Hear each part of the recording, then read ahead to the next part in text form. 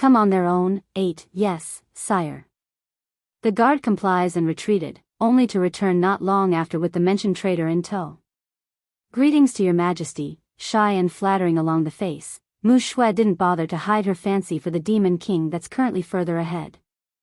For Bai Xiao, who was standing next to his brother-in-law, the young lad didn't like this leopard girl in the slightest upon first glance. Right now, he only wants to see how Di Tsang's going to deal with this person who claimed to know where his sister and niece was.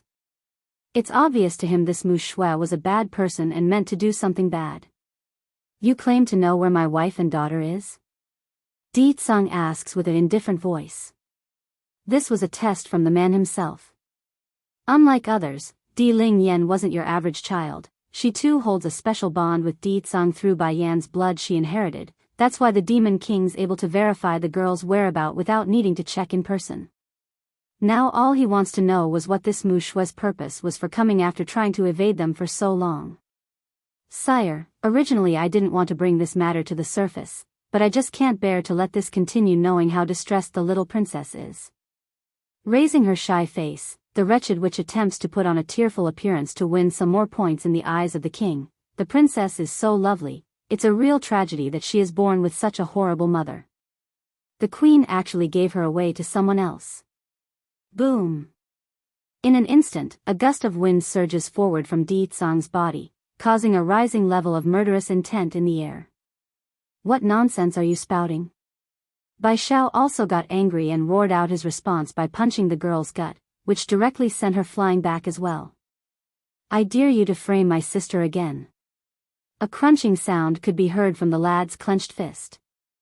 I won't let anyone frame her or talk bad about her. Oomph. Coughing a mouthful of blood after crawling back up, Mu Shui felt great in light of the injury she sustained. The very fact that the person was acting so livid brought endless joy to this twisted woman's heart. Everything I said is true, I've seen it with my own eyes. The queen is still a human, of course she would want to side with her own kind from the celestial palace. Seeing the increasingly dark expression coming out of Di Tsang's face, Mu Shui's voice also grew much more excited. So, out of concern for the princess's well-being, I followed those people, without giving her a chance to defend for the second time. Bai Xiao throws another punch with his fist, but this time around it was aimed at the nose. He cracked it, causing a stream of blood to come flying out of those two holes. I'm telling the truth. I saw it with my own eyes. Sire, you need to save me from this madman. I know a way to save the princess, she pleads, finally feeling the pain reach her brain for once. Ha ha ha. Bai Xiao couldn't take it anymore and bursts out laughing in an ironic manner. Ling Yan is my sister's daughter. Why would she give my niece away to someone else? Explain that. Come on their own. 9. Mu Shui bit her lips. Because those from the celestial palace promised the queen extraordinary benefits, that's why she sold the little princess out to them. If His Majesty doesn't believe me, then you can search the city. I guarantee they won't find the princess anywhere. As long as the little princess is in that place, then these people in the palace will never be able to find her. By then all I need to do is bring the girl back. My sister sold Ling Yan out? That's my sister's biological daughter. How could my sister sell her own daughter? In this world, no one knows Bai Yan better than Bai Xiao. For example, in order to give birth to Xiaochen, the woman had to endure incredible pain and suffering just to make it to the date of birth. Now to be told his sister would sell out just because of some benefits. How laughable. Di Tsang's eyes were also growing dangerous. Smiling sinisterly, oh, then are you able to find my daughter for me? Brother-in-law. Bai Xiao swings his head around, those eyes showing incredulous disbelief.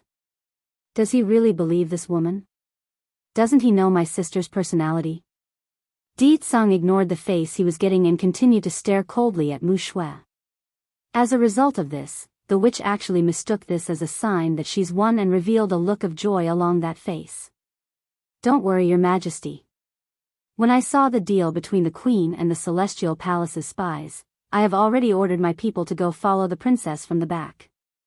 She smugly smirks at no one in particular. After all, I have long taken the princess as my own since the day you wanted to make me your consort. Even if the Queen used her running away to force you to depart for a while, I would never bear to hurt the princess. Boom. But before that smug face could finish all her nonsensical rant, Deetsang's incredible aura had already come pressing down from above. Next thing the witch knew was her own throat being choked by that powerful hand. You want to be my consort? Is that why you keep spouting those rumors? Maj Majesty. Panic showing now along the face, I only spoke the truth, you have to believe me. Deetsang openly grunted there. Forget about whether or not this woman had a plan in mind for coming, he himself knows for certain Di Ling Yen was currently sleeping in her bedchamber. What kidnapped? Ridiculous. Boom. Slamming the lump of meat in his hand down to the ground in a bang, the outraged father didn't hold back as he dished out the appetizer for the impending punishment. You think I wouldn't know my own wife compared to someone like you? Moreover, when have I ever said I wanted a consort? Who told you such nonsense? Sneering in his tone, the man shoots down death glare after death glare. You, Mu Shui appears stunned along the face. Isn't that what you were intending when you picked us out to serve the little princess? How can you determine an unborn baby's gender? Until now, Mu Shui still remained stubborn on her opinion about Deetsang trying to take her as a consort, and that it was Bai Yen who ruined her chance by running away and forcing the king to leave. Able to read the thought coming out of this miserable being that only knows how to greed after what doesn't belong to herself, the demon king did the only thing he felt was right, and that's to stomp down at her puny body. Instantly, Mu Shui had felt it, the cracking sound of her rib breaking, the pain so strong she promptly broke out in cold sweat. The fact that I'm choosing maids to serve my daughter should have been enough to tell I knew beforehand. Just because you fools can't tell doesn't mean I can't. Come on their own. 10. The killing intent coming out of Deetsang has grown even more intense. Speak, are you the reason my wife left the palace again this time? I will only give you this once chance, so don't even try to lie. As long as you speak the truth, then I will let you keep your body intact. Pursing her lips into a thin white line, I did not lie. The queen really did sell the princess out. PFFF. Those last words didn't even get to finish before Deetsang once again acted. Using his leg this time, he steps down hard at the girl's chest and makes her spray blood up into the air like a fountain from the mouth. Mu Shui's face went bleakly white as she loses all the energy from her body. She simply doesn't understand why this was happening and why the king wouldn't run off to kill the queen in a fit of rage. Everything was turning out wrong and away from her plan. Then, as if to answer her question of why, a soft melodic voice suddenly cuts in from the front. Were you talking about me? Stiffly swinging around, Mu Shui could see the one person she dreaded meeting in this moment. Even worse, there's also 2 children with her, one being 7 to 8 years old, the other still a baby wearing a dress. Just that instead of being a girl, the baby was instead a boy that still had baby fat. Gawking her mouth as the mind went white, Mu Shui couldn't begin to process this reality. What's going on? Why is the little prince wearing a dress similar to the princess's? Why is it so similar to the child's clothing back in the cave? Mother. Exactly then another childish cry breaks in. This time around, it's Muing walking inside with a baby girl in her arms. Ling Yan? Bai Xiao also appeared, stunned by this twist of event. Staring dumbfoundedly at his own niece who toddled over to her mother. What's going on here, sister? Isn't Ling Yan supposed to be missing? And why are the twins cross-dressing? Oblivious to the stir she herself has caused, Di Ling Yan only wanted to snuggle her head inside Bai Yan's arms. Mother's scent is the best. I prefer mother's hug more. Ling Yan was tired earlier, so I had Muing take her to rest. As for her clothes, I had them changed as well. That said, Bai Yan then casts her eyes downward at the pale-stricken Mu Shui. I didn't think you would be so dumb to bring yourself to us when we were looking for you. I didn't think you would be so dumb to bring yourself to us when we were looking for you. This sentence wouldn't stop echoing in the witch's head, which directly causes her to tremble profusely, knowing what it meant. It's intentional. Everything is intentional. She deliberately lured me so I would fall into her net on my own. In the end, she's worried I will steal the king's favor, that's why she's doing all this. Biting her lower lip, Mu Shui finally came back to her senses. Even now, this wretched witch refuses to admit everything was her own delusion.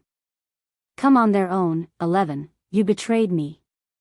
Mu Shui lashes out after finally noticing the timid-faced maid that's been standing there further in the back. It's pointless to keep acting at this point because she knows everything has fallen apart. No wonder, now it all makes sense.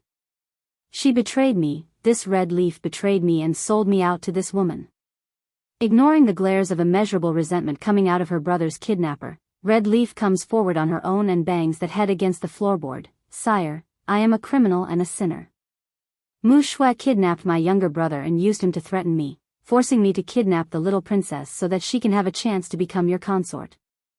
I know my crime cannot be atoned with mere words, but I implore your majesty to save my little brother. He's innocent and have nothing to do with this. I only have him left in my family. The more stressed Red Leaf became, the more the tears came pouring out of those eyes. If at first she didn't know the purpose of Mu Shui wanting to kidnap the little princess, then she definitely knows now after seeing the situation. The witch didn't want to kill the baby girl at all, she wanted to use the child to frame the queen and make the king become enraged. By then Mu Shui would use this opportunity to find a place in the palace and become the next queen, or at minimal a consort. Such a ridiculous plan has no future. Red Leaf could see that. It's a path doomed to failure and only the most insane and senile would dare pursue. Move aside. Giving this order was none other than Bai Yan, who had finished cuddling her own daughter. The demon guards of course responded right away, which they did by spreading into an open line to allow the family to come forward. Do you know that Ling Yan is my daughter, the princess of the demons? Considering what you've tried to do, me ordering you to be skinned alive and beheaded wouldn't be an outstretch of my authority. The second she said that was when she strikes. Boom! Mu Shui couldn't hold back her screams then as the incredible level of pressure came crushing down from above the head. Don't think you're all that, Bai Yan. Gritting her trembling teeth, Mu Shui refuses to yield. You're nothing but a human. If not for the fact that you gave birth to 3 of the king's children, he wouldn't even bat an eyelash at you. Practically yelling now like a mad crazy fanatic, you have a heart of poison that's polluted with jealousy. The king only wants a consort, yet you used your belly's unborn baby to threaten him by running away. He's a man, and a man deserves to have multiple wives. It's bad enough you won't find consorts for him as your duty requires, now you're interfering with his wish. By Shechen's determination, 1, looking at Mu Shui's madness-filled eyes, Bai Yan takes over and stops her husband's readying attack. Smirking on the face, if you have anything to say then go ahead and say it now because you won't be able to after your execution. Going crazy with bloodshot eyes, the witch refuses to submit and turns to the other demons. You all see this? She is a human, she is doomed to betray us all. In their eyes, we're no more than tools and food to be eaten and used. Do not trust or follow her. She is not qualified to be the queen. The faces of the elders present didn't budge or betray any sign of hesitation, rather they're only looking at this soon-to-be-dead girl with contempt. Stamping down with her feet against Mu Shui's chest to make her shut up, you said I am not qualified to be their queen? Then who is? Breaking out into hysterical laughter, the bloodshot-eyed Mu Shui said the most obvious thing in her mind, of course I am. If I am the demon queen then I will help the king take in as many consorts as he wants. I will handle everything in the harem and keep the palace in order. And if he wishes for it, I can also produce as many children as he wants, all more outstanding than the 3 runts you created. I am the perfect queen. PFFF. In a swift flash of cold metallic glint, Mu Shui's foul tongue was sliced off, letting that filthy lump of meat fall to the ground while the girl herself squirmed in agonizing pain at the lost appendage. Yen, she's too disgusting, I really can't stand it anymore. Di Tsang murmurs this from behind like an innocent man-child. He knew his wife wanted to get more info out of this filthy witch, but it's just too much for him. Di Tsang couldn't handle the kind of stuff he's hearing, hence his maneuver to silence that mouth. Visit my site on Translation if you wish to read ahead of public releases. As if clapped by thunder, Mu Shui's squirming body froze up like a block of ice. Her eyes only had disbelief and pain left in there, like she doesn't deserve any of this. Why? I have already expressed my feelings to the king, so why is he doing this to me? Batty father, Bai Xiachen inappropriately chimes in with a displeasuring face. This woman said she will make lots of babies with you. Di Tsang's face went a shade darker over the jab by his son. Her breed can only produce low IQ kinds. She can never be compared with your mother. It frustrates him why everyone keeps saying he wants to take consorts. He said it many times already, there's no such thing, so why does he always end up in these situations? First elder, Di Tsang hurries to express his unity, grabbed his wife into a hug. You pass on my word. In this life I will only have children with my one and only wife. If anyone dares to have ulterior motives or spread rumors again, their punishment will be the same as this Mu Shui. Complying by cusping his hand. Yes, sire, I will make sure everyone in this city and all of the demons under our influence hear about this lesson. Also, should I go gather the females? Slightly cool still in his voice. Di Tsang's face definitely looked better after that. I've said it before. Unless it's related to the celestial realm and its attack plans, everything else is to be decided by my wife. So, you should be directing that question to your queen. It's not a bad idea, you can decide on the details first elder. Bai Yan gives a nod after listening. Bai Shechen's determination, too. Bai Yan's not afraid of trouble, she's had plenty of that over her lifetime. However, she now has a daughter to worry about. As a mother, she doesn't want Ling Yan to be cornered by enemies from every angle. This time she must make an example. Di Tsang was of the same opinion and scanned the gathered demons. Back then when I made the announcement, some of you were probably still in the secret domain training, so I won't punish any of you this time. But now I'm going to repeat it just once and never again. All the demons lowered their heads in compliance, their ears perked up in order to not miss a single word. Seemingly pleased by the awaiting quietness, the palace will only have my wife the queen, she is the only female you answer to. As for my children, whether it be now or into the future, it will only be between me and her. I promised her one love for one life, there won't be exceptions to my vow to her, do you all understand? Others may not be able to be loyal to one partner, but he could. Aside from Bai Yan, Di Tsang wants no one else. Furthermore, the demon realm has already been given to my wife as part of her bridal gift, the remaining half will be the celestial realm after I conquer it. Everything that once belonged to me now belongs to my wife, your queen. If there's any issue, you should first go to her for clarification. And if there's any argument between me and her, you must heed my wife's order first. Undeniably, Bai Yan felt moved by the speech. She already heard this before, but honestly, she didn't take it too seriously. Now to be brought to the front for all to hear, no woman wouldn't be moved by such a sugary sweet love proclamation. Mu Shui on the other hand didn't fare any better than before, in fact, she's falling into despair. Deeper and deeper until her whole body squirmed together into a fetal position.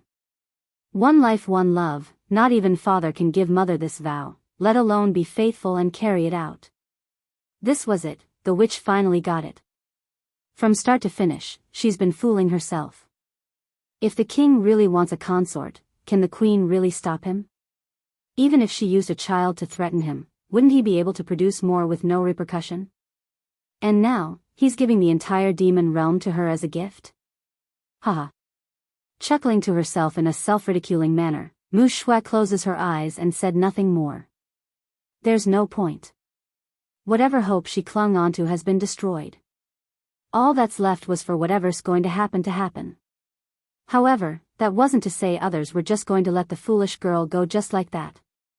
Bai Shechen still had business that's unfinished. Where did you hide Red Leaf's brother? No reply came, only a slight whimpering. I promised her that I would get her brother out, and now you will tell me, where's her brother? If you say, then I'll let you meet your end painlessly. Mother said, a man must keep to their promises, and I made a promise to Red Leaf. Then it hit the steam bun as further whimpering came. I forget that you can't open your mouth because you lost your tongue. Alright, use your finger and write the answer using your blood. Mu Shui didn't do as the boy ordered, only turning that head around to meet Red Leaf's gaze. Suddenly, a cold chuckle comes off of this crazy witch as those eyes turned madly sharp. By Shechen's determination, 3. Since Red Leaf betrayed me and caused my plan to fail, then there's no reason to not make this woman suffer just like myself. If I go down, then someone else will also go down with me. Thinking up to here, Mu Shui didn't hesitate and moved her blood-stained fingers to write a line along the ground. I didn't take her brother, I merely killed him. She's not stupid enough to really bring a baggage around. What if that baggage exposes her presence? So, after taking the kid out of the city, she killed the boy and buried his remains across multiple locations. Looking at the line of blood letters there, Red Leaf instantly went white as the blood drained from the face. You're lying. Throwing herself at the murderer of her only family, Red Leaf kept screaming and tugging at Mu Shui's collar. You're lying to me. I know you hate me for betraying you, but you can't deceive me. My brother isn't dead, he can't be dead. Tell me where he is now. The murderess witch only snarled, showing off her bloody teeth in the process and conveying her contempt for the other side. I already killed him. Only you are stupid enough to believe me about releasing him afterwards. If you hadn't betrayed me, then I would have sent you along to see your brother by now. Mu Shui writes another line with her own blood. He is dead, and I've scattered his remains across the wilderness. You will never be able to see him again. Afterwards, she started to cackle like a crazy fanatic. Just that instead of actually laughing out, her mouth only made a weird audible gurgle due to the lack of tongue. Red Leaf wanted to pummel the truth out of this girl, but the more she punched Mu Shui, the more she knew it was hopeless. You're lying. You're lying. You must have hidden him, that must be it. Give him back to me, give him back. Mooing never showed any reaction from start to end during all this. The only exception was after Mu Shui wrote the bit about killing Red Leaf's brother. According to her own memory, that child has always been kind and smart while they lived at the tribe, a good person all around. It's no wonder Red Leaf would lose her mind like this. How can Mu Shui murder someone so young and in such a ruthless fashion? Mother, Bai Shechen also felt the pain inside. Gently pursing his own lips, if someone kidnaps Ling Yan and Jin Tian and then killed them, I'm sure I will also lose my mind like her. That kind of loss would bring unbearable pain. No one should have to endure such misery. Understanding why her son was acting this way, Bai Yan reassures him by rubbing the little head before turning to her own brother Bai Shao. Yes, Shechen, I understand her. I wouldn't want to experience what she's going through either. Thank goodness nothing happened to Shao. Bai Shao of course understood what his sister meant by that remark. He too wouldn't want such grievance to appear along any of his family's face either. By Shechen's determination, for, after venting her anguish, Red Leaf finally collapsed to the ground, her face sobbing with pain. Initially her quiet weeping only sounded like a whimper, but soon changed to an emotional cry of wanting to change this cruel reality. It's resonating among the crowd because it's too powerful. Yen, let me handle the rest from here, I'm sure you are tired after today's event. Di Tsang suggests from one side, not wanting his family to see what's going to happen next. Then turning to the villain of this incident, the Demon King completely loses his warmth that he explicitly saved for his wife. There's only cold hard ruthlessness in those eyes when watching the bruised piece of rag that was Mu Shui right now. Okay. Bai Yan nods after seeing there wasn't much life left in that lump of meat anyways. You lured her here so you clean up after yourself. I'm taking the kids back to rest, they've been scared enough today. With that, the Demon Queen turns to her eldest boy who looked pathetically guilty. Originally she still had some harsh words for the steam bun after he ran away from the city and attempted that foolhardy plan, but she's his mother. As any mother, they could never be too angry at their own child. Do you understand not to leave the city again? She asks with a lecturing tone. Bai Shechen immediately nods in a desperate manner like he would never make the mistake again. Then take your brother and sister back to their rooms. Muing, you continue to watch over them, I don't want you by their sides at all times. Yes, Your Highness. Muing respectfully complies, never once giving her younger sister a glance. She knows as well as anyone, Mu Shui's fate was her own doing and couldn't be blamed on anyone else. Shower, come with me. Bai Yan then gives her own brother a meaningful glance. Bai Shao didn't know exactly what the conversation was going to be about, but he could mostly guess. So, for a split second he hesitated but was inclined to follow anyways. Their family and family shouldn't try to keep things hidden. Sire, what about this woman then? First elder points to the weeping sister who still wouldn't stop crying. Shifting his attention to Red Leaf, Deedsong continues to show his cold gaze but without the hardness. Tell me the details. Trembling over that dominating voice, Red Leaf gradually managed to hold back her tears enough to give the full story, from how her younger brother got kidnapped, then how the steam bun caught her in the act and of the plan they used in the cave. She said it all.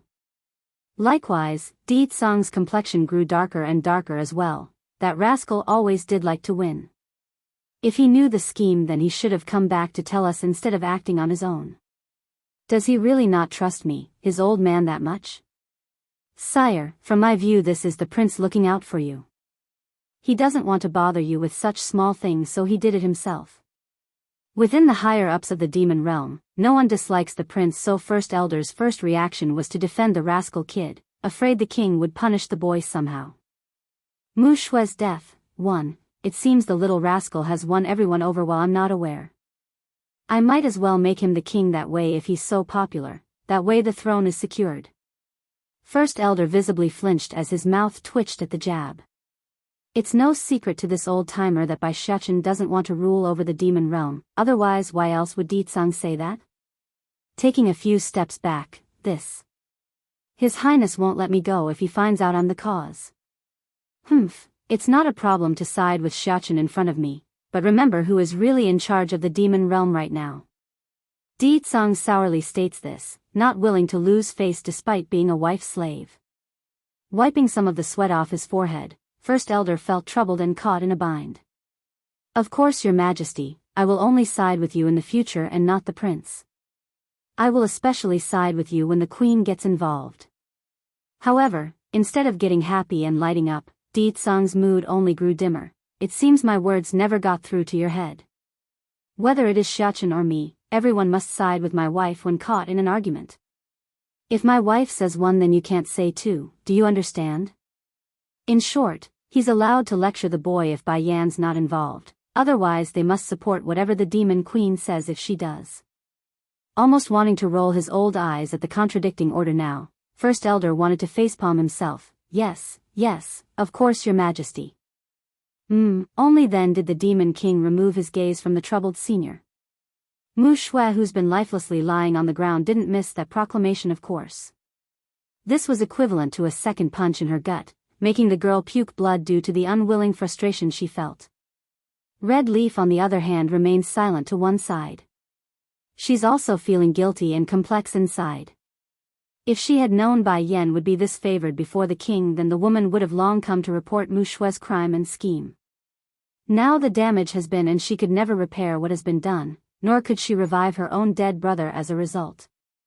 I'm partly responsible for my little brother's death, I'm at fault too. Understanding this much, the pained older sister closed her eyes and placed all the guilt on herself. However, the cold gaze coming out of Deedsong instantly brought her back to reality and the situation she was still in. Although you were forced by Mu Shui to do what you did, it doesn't change the fact that you conspired to harm the royal family. For that, I won't forgive you. I understand, Your Majesty, I know what to do. Showing a bitter smile, Red Leaf didn't mind dying today.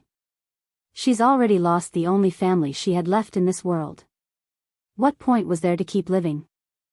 Alright, Deedsong then shifts his gaze over to the lump of meat nearby, but, as an act of mercy from me, I will give you one last chance to get revenge for your family. No matter what you do to this traitor of the leopard tribe, I won't intervene. An inexplicable light burst forward from Red Leaf's eye then. She couldn't stop her body from trembling because this was exactly what she wanted right now. Before she only beat Mu Shui to a pulp, not go for her life. Now she's gotten permission. The king is willing to give me this chance? Yes. I will make this vile witch pay for what she did to my brother. I will let her know what it means to suffer. Mu Shui's death, too. Thank you for gracing me with this opportunity, Your Majesty. Kneeling there, Red Leaf felt genuinely thankful for this chance to exact her suffering on the one responsible. So what if the king doesn't intend to forgive me? I only wanted my brother back when I made the deal with the prince. Now that the goal is gone, this is the best I can ask for. I don't want to live anyways without my younger brother with me. 5 days, I'll give you 5 days to torture her as you please. Afterwards, you are to do the deed on your own. I won't send my subordinates to check on you. After dropping this sentence, Deetsung didn't turn back and brushed past the lady. Standing up to show a look of pure hatred, Red Leaf didn't get swayed by the implication of that sentence. Deetsung was saying she could flee afterwards if she liked, but that's a pointless gesture of mercy on his part really because she had no intention to continue living. Mu Shui, you killed my brother. Why did you kill him? A flash of panic flickered in Mu Shui's eyes. Making a whimpering sound, the witch attempts to crawl backwards as fear takes hold along that face. To be clear, this vile being wasn't afraid of dying at this point, that's the least of her concern. What she's afraid of was not being able to die for the next 5 days. She doesn't even want to begin to imagine the sort of torture that's coming. Graghai. She tries to speak out and beg for mercy, but all that came out was an indistinguishable garble of nonsense from Mu Shui's mouth. But then again, Red Leaf wouldn't have cared either way regardless of what she said. Coming closer and closer, this lady looked dreadfully dark and scary as her expression becomes twisted and evil at the thought of what she could do. It doesn't matter if you can't talk, I still have 5 days. In these 5 days, I will make sure you understand what it means to suffer a horror that's worse than death. I know you will like what I have in store for you. Somewhere else in the palace that much quieter and less rowdy. Sister, is there something else you need to say to me? Bai Xiao eventually couldn't hold back his impatience and asked.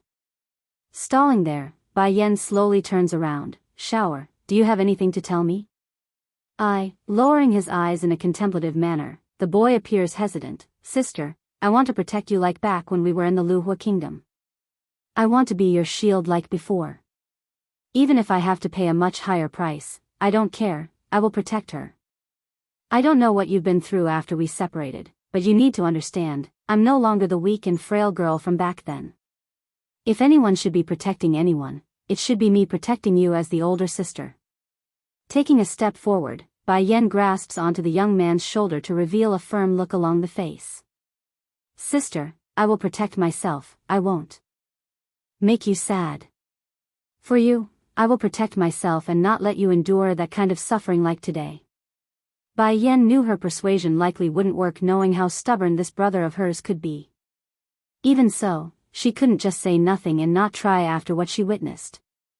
No matter how much this lad grows, he would always be the same kind and warm person that he was back then. Bai Yan's opinion of that would never change. Mu Shui's death. 3. Alright, if you don't want to stay then I won't force you. I believe you will one day be able to break free like a caterpillar transforming into a butterfly. Radiating a glow in those eyes, Bai Yan's tone was firm and strong. Sister, Bai Xiao brings her into a hug, letting his body to show off his emotions right now. In this life am I blessed to be your brother. That comment made the woman go stiff due to how touching it was. Do you still blame me for what I did back then? For not bringing you with me when I left alone? Showing a bittersweet face, you are my most important person in this world, how can I bear to blame you? I never blamed you, I only felt hurt inside for you. You were pregnant, alone and wandering out there by yourself. My only regret is not being able to be there with you during those difficult times. If I had been there, I can at least help protect you and look after you in some way. Pausing to reel in some of the emotions that's quickly swelling out from his eye. Sister, although we had a bad life in the Bai household, but you didn't suffer too much pain under that vile woman's hand. Sure, we couldn't eat well or dress well, but you were always able to avoid any pain. Then, as if remembering the times where it's only the two of them trying hard to make it through each day without starvation, Bai Zhao's voice suddenly firms up. After you left, I was worried sick about you. I kept wondering if you were going to freeze to death or die of hunger by yourself. I can't even fathom enduring the harshness of the wild by yourself. You were so timid and small, unable to bear any scare. I felt so useless knowing I've allowed you to be placed in that situation. That's right, one of the driving forces behind this young man's desire to grow strong was partially a sense of guilt. He's still unable to get past the fact he couldn't protect Bai Yen back then and allowed her to go through all those hardships alone. I know you want me to stay with you, but you have too many enemies. What if I become your baggage, what then? I want to stand by your side and become your shield, your protective wing, not someone that hides behind you and couldn't do anything when the danger comes. Bai Yen couldn't say she wasn't affected by what she's heard. When she moved her jaw to speak, no words came in that moment, only a momentary silence hanging in the air. But that state didn't last long once she realizes her own awkward state. Shower, this life, I owe you too much. You do not owe me anything, sister. I didn't know better back then, but after learning the details of why you ran, I knew you didn't have a choice. You were barely able to escape on your own. How could you come back to retrieve me when the situation was so critical? Bai Xiao was no fool, he's very smart and intelligent. If Bai Yen did return after escaping at first, then those people would have placed a net around the estate and recaptured his sister that night. Shower, thank you, she raises her hand and brought her younger brother into a heavy hug. Thank you for staying with me. No matter if we're poor or rich, I will never abandon you. Smiling at those words, Bai Xiao felt the same. Sister, sometimes I really wonder if I'm indebted to you in my previous life or something. That's why fate is pushing me to use this life to stay by you and always stand with you. For you, I will forsake the world. All right. I'll wait for you to come back. No matter when that is, this will always be your home. Bai Yen says, her eyes longing and hopeful. As long as the place has me, it will always be your home. In a cloud-covered valley some distance away, Chu Yifeng was standing there with a gloom across his face while confronting someone that's of similar appearance. This individual had a similar air, but was more surreal and indifferent to the things around him. That stranger was Chu God, a man that has time and time again saved Bai Yen in the past. You stay away from Yenner and her son. The young lord of the Holy Land demands with a tone that's lacking in temperature. The man opposite of him smiled. Don't forget why you exist in this world. You're not qualified to interfere with my business. Making a crunching sound as his fist clenched into a ball, Chu Yifeng clearly appeared frustrated. Yenner is someone I will protect with my life. I won't allow anyone to hurt her, even you. Apparently that proclamation had a stinging effect on Chu God, which made his expression grow faintly sad from the surface. If back then I was as firm as you, would she have left me? Unfortunately, he made a mistake, a huge one at that, causing him to lose the one woman he loves. I know you are aware of a lot of things already, but she doesn't remember anything still. When she does though, she will undoubtedly hate me and blame you. Chu God's expression suddenly grows heavier. Even so, are you still going to stand by her like always? You are you, I am I, don't compare me with you.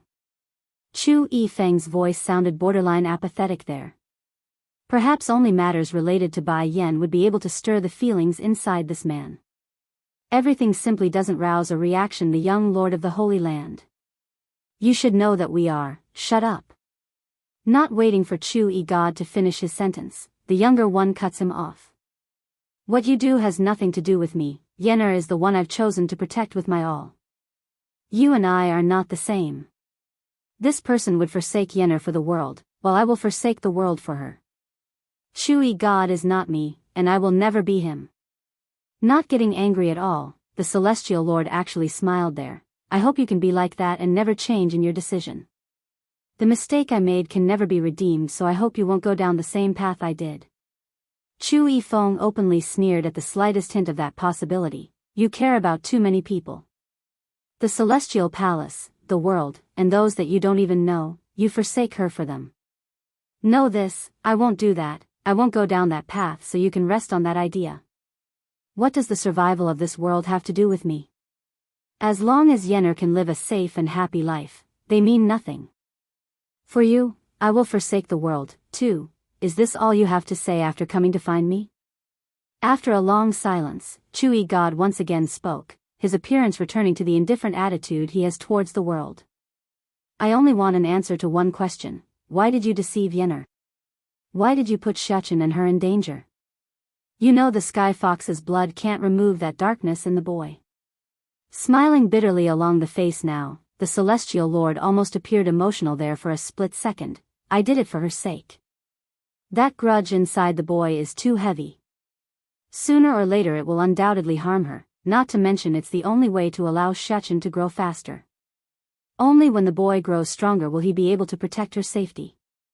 Boom! Chu Yifeng disappears in a flash, reappearing directly behind his counterpart in the next.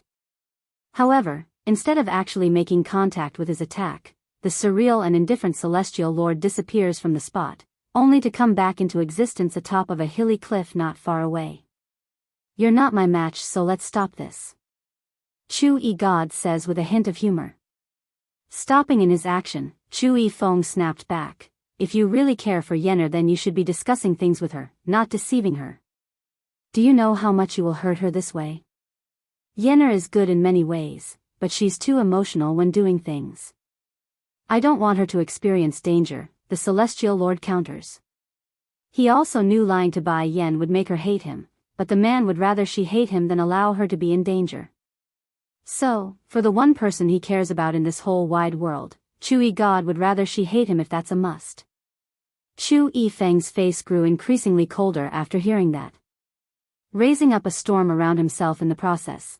Not deceiving her is being respectful. It's no wonder she abandoned you in the previous life. On this point alone Di Tsang was superior to Chi Yi God. At the very least, the Demon King respects the opposite sex and listens to their demands, while this supposed savior of the celestial realm wouldn't show an ounce of respect to those he cares for. The celestial lord's perennially indifferent and cold face finally cracked under that insult. Showing an almost angered expression, his eyes grew hard. I don't need you telling me what I did wrong. I know I wronged her, that's why she left me, otherwise, we would have been married a long time ago. Closing his eyes, Chu Yi God's expression showed pain and regretful look. It was I who pushed her away, and it was I who nearly destroyed her. Even without that event, she still wouldn't have married you. You're not just a little bit inferior to Di Tsang, but a lot more. The implication of that was Bai Yen would never be his even without that incident. Sure enough, Chu Yi God felt like his heart's been pierced by multiple swords in that moment, causing him to bleed in pain at the soul level. He knows what Chu Yifeng said there was the truth. It's just that he's never been able to admit to that fact until now when his counterpart finally poked through the thin layer of bubble he's been hiding behind. Back then Bai Yen was always well-behaved and sensible, only before Di Tsang did she ever act out and show her true personality. For that reason alone, Chu Yi God knew the relationship between the two weren't the same as his own. It's very special, to the point where he, the ruler of the celestial realm, had to resort to trickery of a young lady for marriage. For you, I will forsake the world. 3. You don't have to continue. Somewhat pale along the face now after having all his greatest sins brought to the open, Chu Yi God reveals a saddened face. She hates me to the bone, so of course she won't accept me. However, you can't marry her either, after all, we are in essence the same person. Chu Yifeng's attitude got even colder once the topic got shifted to the one thing he hated about his own existence. I already said it, I'm not you. I will give her respect that she deserves, unlike you who only looks to her as an object to be used to your own liking. As long as she's happy, then I'm willing to accompany her as a brother for the rest of her life. Can you do that? A visible tremor shook the celestial lord in that moment. Can I do that? If I could do that in the past, then she might not have left me for him. She wouldn't have been forced away by me, nor would her fate end up so miserable because of I. She's suffered so much, and now she's finally gotten happiness. I won't let anyone destroy that, not you and not those who wish her harm. If you dare hurt her and try in any manner that I can find. Growing firm across the face, the young lord of the Holy Land sounded tenaciously scary then, something he's never done in his entire life. I will suicide with you if I must. He owed her for the previous life, so he must use this one to repay that debt, even if that means the exhaustion of this one. For a while, the celestial lord actually fell into a momentary trance under Chu Yifeng's unquestionable glare. Would she have changed her mind and be with me if I was as firm as he was? You better watch yourself and not let me find you near her again. Chu Yifeng gives a final warning before turning away. To this new incarnation of the same person, the newer one found his former self absolutely repulsive. Merely being here for this long was a test of endurance already because it reminds of him all the things that happened in the past. Not long after the young man left, another presence appears, causing the celestial lord to frown even further across the face. Lord. Calling out was Keeper Ling, who had just arrived on the scene. His old eyes were full of excitement. I finally found you. Are my orders pointless to you people? Who allowed you to move again, Yenner? Showing a frown as well now, Lord, this is not our decision, we're also without choice in this matter. The demon realm has attacked us and our people. Do you really want the entire celestial realm overturned because of one woman? Letting the frown fade away, Chewy God returns to the surreal temperament that he always carried. So what? This is what the world owes her. Shocked with surprise along his old face, the grumpy-tempered keeper almost couldn't believe his own ears. Is this the same celestial lord from back then? The one from back then would never say something so damnable. For you, I will forsake the world, for, Lord, said the grumpy keeper with a hint of hesitation, there's something I need to ask of you for my coming. Speak it then, don't waste my time. Sounding impatient, Chewy God unkindly orders. The matter is like this. Roashi's body has been injured for many years, so we've been searching for a way to help treat her. Now we've found it. Oh, that's a good thing. I have no objection, so you can go ahead with the idea. Why are you reporting this to me? Chewy God speaks in a way that it's confounding to even bring up the subject with him. Keeper Ling visibly gawked, like it's ridiculous to hear that sort of reply. What's wrong with the Lord? How can he react so wantonly? Roashi's treatment should be the utmost importance right now, with the calamity drawing so close. Let me explain, Lord. If we want to treat Roashi's injury from back then, we will need your help. Keeper Ling's expression then turned a darker shade of hostility. We need the blood of a fox, a young one and a female one at that. Only the purest of the foxes can it work. If only the grumpy keeper paid a little more attention to the foe opposite to himself, then he would definitely realize the sharpening gaze around Chewy God's face. You mean you want me to go to the demon realm and demand Yenner's child? Just like 1,000 years ago? 1,000 years ago, I personally went out to capture Bai Yen and then thrust her into the depths of hell by burning her at the altar. I committed the greatest sin, a sin so great I could never hope to redeem.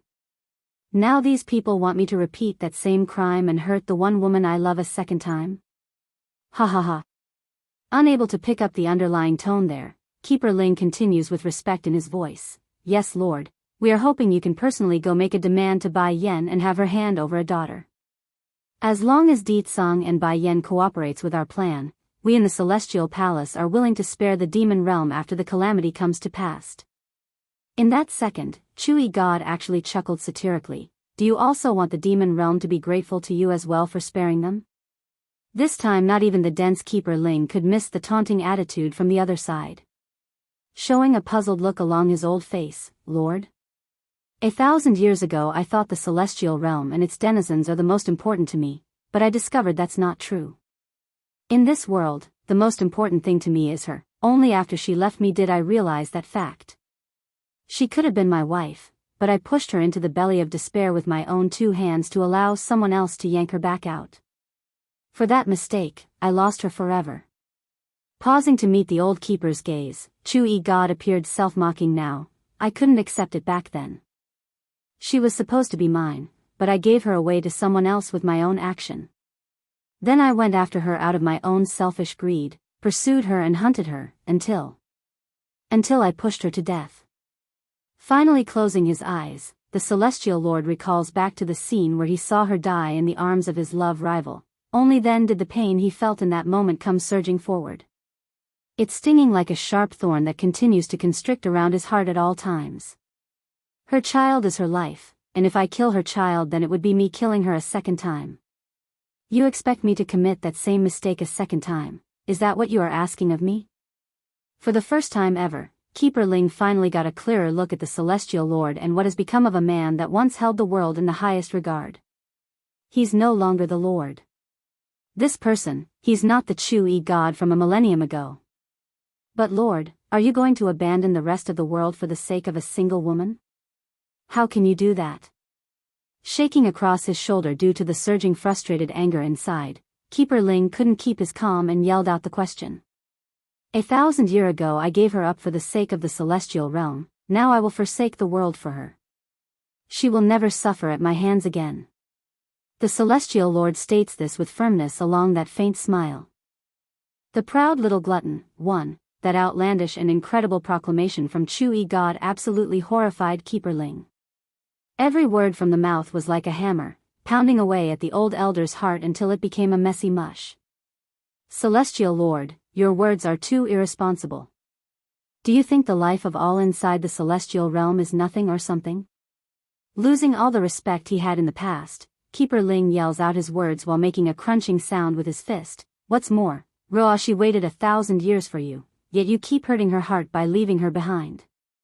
That finally drew a frown across the celestial lord's face. One day you will understand what you are missing. Roa, she is an amazing lady, far kinder than that ruthless Bai Yen. This world needs such a kind person, and you will one day regret your decision of not picking her over someone so vile.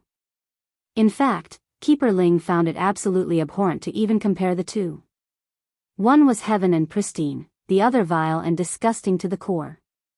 Keeper Ling, if you find Roa she to be so amazing, then why don't you marry her? That way she will have someone.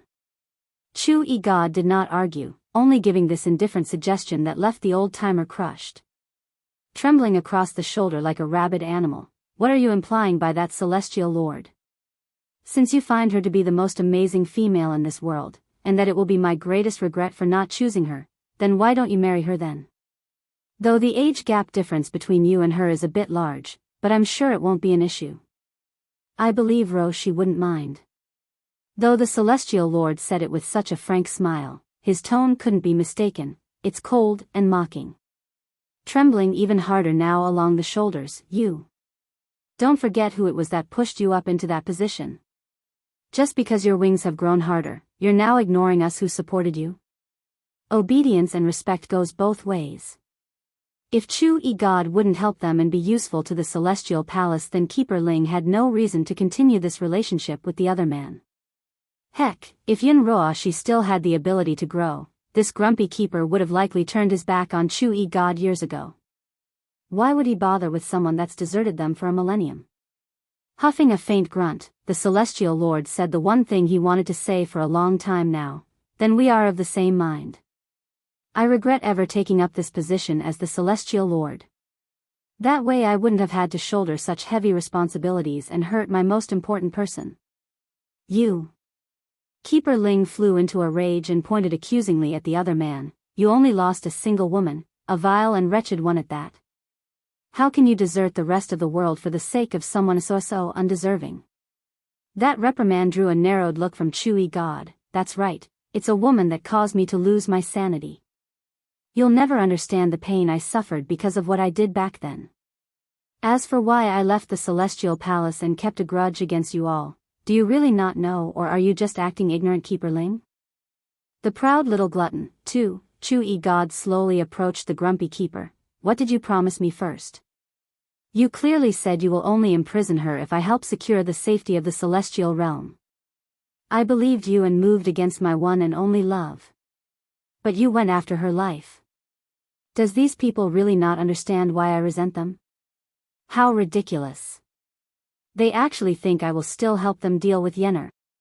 Showing an ironic smile aimed at no one but himself, Chu-Yi God shakes his own head to remove some of the bitterness in his heart. I got the world in my mind, that's true, but I would never want her to die for that. Even if it's a life of imprisonment or a loss of memory, it's still better than what happened back then. Keeper Ling couldn't utter a word under that blaming gaze. It's true, they did lie to their liege, just that they never thought his feelings for her would go that deep, so they never thought anything of it. Celestial Lord, fumbling for a word, the old grumpy elder instinctively takes a step back at that forceful stare. I had no other choice back then. Bai Yan's existence. Her existence will endanger the entire celestial realm. Only when she's dead will I be at ease. Openly sneering at the shamelessness of this old man, Chu-Yi God loses usual cool air and becomes more humanistic. It's pointless to keep talking. I will not help you hurt her, and if you push me, I might do something you will regret. Shock and fear gripped Keeper Ling like a haunted ghost would when strangling its victim. He couldn't accept this. It's one thing to be unable to get the Celestial Lord's help, but to be threatened with retaliation if they moved against Bai Yen was unimaginable. After a long while of this awkward silence, the old-timer knew he was finished here. Turning around, he ran for the bottom of this mountain without looking back like someone that was fleeing. Unbeknownst to the grumpy keeper though, Chui God wasn't entirely unaffected by what he himself said there. In fact, the Celestial Lord's expression would grow heavier at each step until a bitter and helpless smile took hold. I won't make the same mistake again, I won't. It was that one wrong step that ruined my happiness. I can't let it happen again, not like that. I will forsake the world if I must, if it means you can gain happiness Yenner. I will never make that stupid blunder, not unless my soul be thrust into the depths of hell and burned for all eternity. Slowly but surely, Chui God's small murmuring laugh evolves into a hysterical fit that made him lose all of the surreal air that should be unique to this man. But I won't give up on you, not this time. Whatever happiness Ditsang can give you, I can too. I'm going to pursue you again, and I won't fail you, not ever again. In the end, the Celestial Lord still believes he has a chance to win over Bai Yan's heart. In light of all he's done, in light of him indirectly murdering Bai Yan, in light of him causing her child's death, he still believes he has a chance. If this wasn't selfish greed, then what was? The proud little glutton. 3. At the same time outside the demon city, a black figure had just arrived outside the main gates to the settlement when the defending soldiers noticed this unexpected guest. Hold. Identity yourself. I heard the demon city is recruiting demunkins. I'm here to join at the news. Hoarse in his voice, the black-robed stranger answers without delay. This causes a series of looks between the defenders. Even so, this wasn't nearly enough to warrant free passage into the city. Cocking up a brow warily, one of the more outspoken soldiers steps forward. Before you enter the city, we must confirm you are who you say. Stay there while we conduct the examination. Unlike other places, the demon city are indeed willing to shelter demons that are weak and helpless, but that doesn't mean they would just let in any random individual who decides to stroll onto their premise. Slightly displeased in his voice now, the black figure promptly inquires for more details. How long will the review take? You can't expect me to stand around without limit, right? That depends entirely on you. First revert back to your true form and let us have a look to confirm your background. The demon guard states, his voice getting all unfriendly due to the retort. The demand wasn't unreasonable, so the stranger didn't offer any resistance. Taking a step back, he becomes enveloped in a globe of black light before taking on a form of a huge black bird that resembled more of a dinosaur than an actual feathered bird. You are a Pteroraptor crow? The exclaiming demon soldier gawks, his eyes popping out. Of the many bird branches out there, the Pteroraptor crow family was thought to be long extinct. To be meeting one today definitely left the defenders shocked and surprised. I must report this to the king. If this guy's identity turns out fine, then it will be a huge boon to our forces. Reverting back to his human form, is there any more questions? You are indeed a demon like us and not a human imposter. The guard nods. What's your name? Winger. Winger, eh? I need to first report your arrival to the king and then have him decide on your placement. Come back in 3 days, you will have your answer then. That said, the outspoken demon soldier arches his fist in respect, losing any of the unfriendly tone he had earlier. Thanks. Faintly nodding, Winger had no objection to this idea and turned away.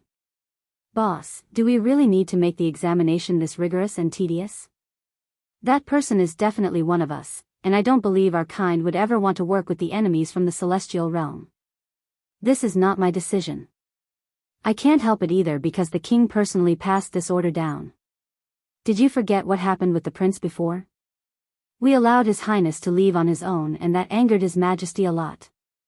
If we make another mistake, then I fear our necks would be on the chopping blocks. You have no idea how much the king loves the queen and how much the queen loves the prince. The prince? Winger stops again after overhearing their conversation. The proud little glutton, for Roa she said so, if the demon realm has a little princess then she wouldn't be allowed to live, but if they only have a prince then he won't have to kill an innocent child. That's why Winger felt so relieved to hear the news that Bai Yen gave birth to a son. The demon soldiers naturally didn't know what was running through Winger's head, of course. After the stranger left, one of them hurried to the palace to make this report. But because Deetsung wasn't around at the time, the messenger could only forward the news to First Elder, who was next in charge. Unexpectedly though, Dragon Flame had been walking through this area and caught sight of the happy-looking soldier, thus allowing him to intercept the message as well. "What did you say? A member of the Pteroraptor crow family?" Dragon Flame asks with a hint of surprise. "Lord Dragon Flame, he is indeed a Pteroraptor crow. I can recognize him through what I've seen in the ancient books. There is no mistake." A sense of joy filled the old goat's face then. "Are you sure there's no mistake?" "Fine, take me to him now. I want to meet his boy. His family's elder and I used to have a good relationship. To think that old boy still had some descendants around. What a wonderful news." The guard grew hesitant in his voice. "Lord Dragon Flame, I'm afraid that won't be possible. That person already left because I told him to come back in 3 days." Frowning along his old face, "All right, I will wait for him at the main gates then in 3 days. If any of you see him again then you must come find me. I need to confirm his identity myself. If he really is who he claims then I must have him stay here with me." Unlike some of the inferior demon races that roam this world today, the dragons and Pteroraptor crow family are both special in a way that they are duty-bound to protect the Demon King. Shame though, Dragon Flame was doomed to not meet Winger. The assassin's purpose in coming was to confirm if Bai Yen gave birth to a prince or princess. Now that he's made sure it's a boy, he had no other purpose in returning and left confidently. But that wasn't to say this matter would go unnoticed. Bai Yen did eventually learn of Winger's arrival and her initial reaction was a flash of stupor along the face. She's trying to remember something, an incident far into the past, but that flicker of memory couldn't be caught and escaped her like a fleeting image. "Mother." The little glutton climbs up from the stool next to the lady and wrapped himself around her tummy to get a good hug in. "You did not go with your big brother and sister to play?" Bai Yen asks with a motherly smile. Hanging that little head like he's been wronged. "Mother, am I not cute, or did I do something bad? Why do you ask this question? Of course my Jean Tian is lovely and good." Raising his head to meet his gaze with hers, "Then why do big brother always treat Ling Yan better? He carries her when she's tired, feed her when she's hungry, and gives her a kiss when she asks for one?" The proud little glutton. 5. That's why Jean Tian felt so unhappy right now. He's finding it unfair Bai Xiaochen would always cuddle his sister while not cuddling him too. Bai Yen breaks out into a giggle. "My precious Jean Tian really have grown up. You know how to be jealous of your own sister. Xiaochen doesn't dislike you, he only thinks that you should be more independent since you're a boy. He also loves you just as much as your sister." "Really?" The little glutton tilts his head to the side in an innocent manner. "Big brother said he will teach me how to fight when I'm 3, but I want to learn now. I want to protect mother and sister." "Alright, I'll speak to Xiaochen about this and have him teach you earlier." Slightly humored by her boy's behavior, "Ling Yan is your sister so your responsibility is the same as your older brother, you must protect her." The little glutton nodded his head in heavy strides. "Big brother said I am a man so I will protect my sister. Any boy who wants to abduct my sister will feel the pain of me breaking their legs." In saying so, Jean Tian's expression grew incredibly proud, which in kind only causes his mother to get black lines running across her face. "Who taught you that?" "Big brother did. He said all boys that want to get close to Ling Yan are coming with bad intention so I must break their legs. They will swindle her away. His family's Ling Yan is so lovely so there must be a lot of bad people who wants to kidnap her. I must be strong and powerful. Only then can I protect her from anyone who wants to take advantage." Twitching along the mouth, Bai Yen wanted to facepalm herself. What did Xiaochen teach his brother? How did Jean Tian become so possessive and violent? "You can't think like that, Jean Tian. Your sister Ling Yan will need to marry someday. You only need to pay closer attention when observing. Yan's very much willing to care for her daughter for a lifetime, but that doesn't mean she doesn't want the girl to find happiness. What is Mary? Can I eat it? The little glutton asks this with a clueless and naive face. Knowing her words are too mature for the baby, Yan lifts the child up to her lap for explanation. Marriage is when a woman and man makes a vow to share their future together. Just like me and your father, your sister will one day need to find her lifelong partner and follow him. Biting his little finger, but Big Brother and I will love and care for her too. Why do Ling Yan have to leave and follow someone else? Mother, I don't want Ling Yan to leave us. Perhaps the thought of his twin sister leaving him had roused some unwanted emotions, but Jean Tian's eyes had started to swell red from anxiousness and made him get all teary.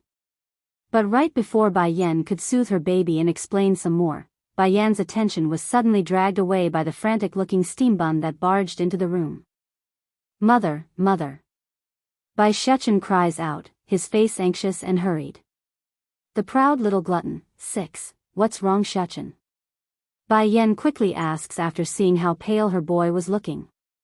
I don't know mother, the steam bun grips his own clothes around the chest area. Just now I felt a sense of panic within my heart.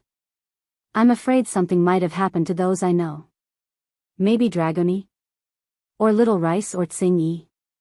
Little Rice and Tsing-yi should have been back by now. Did something happen while they were outside?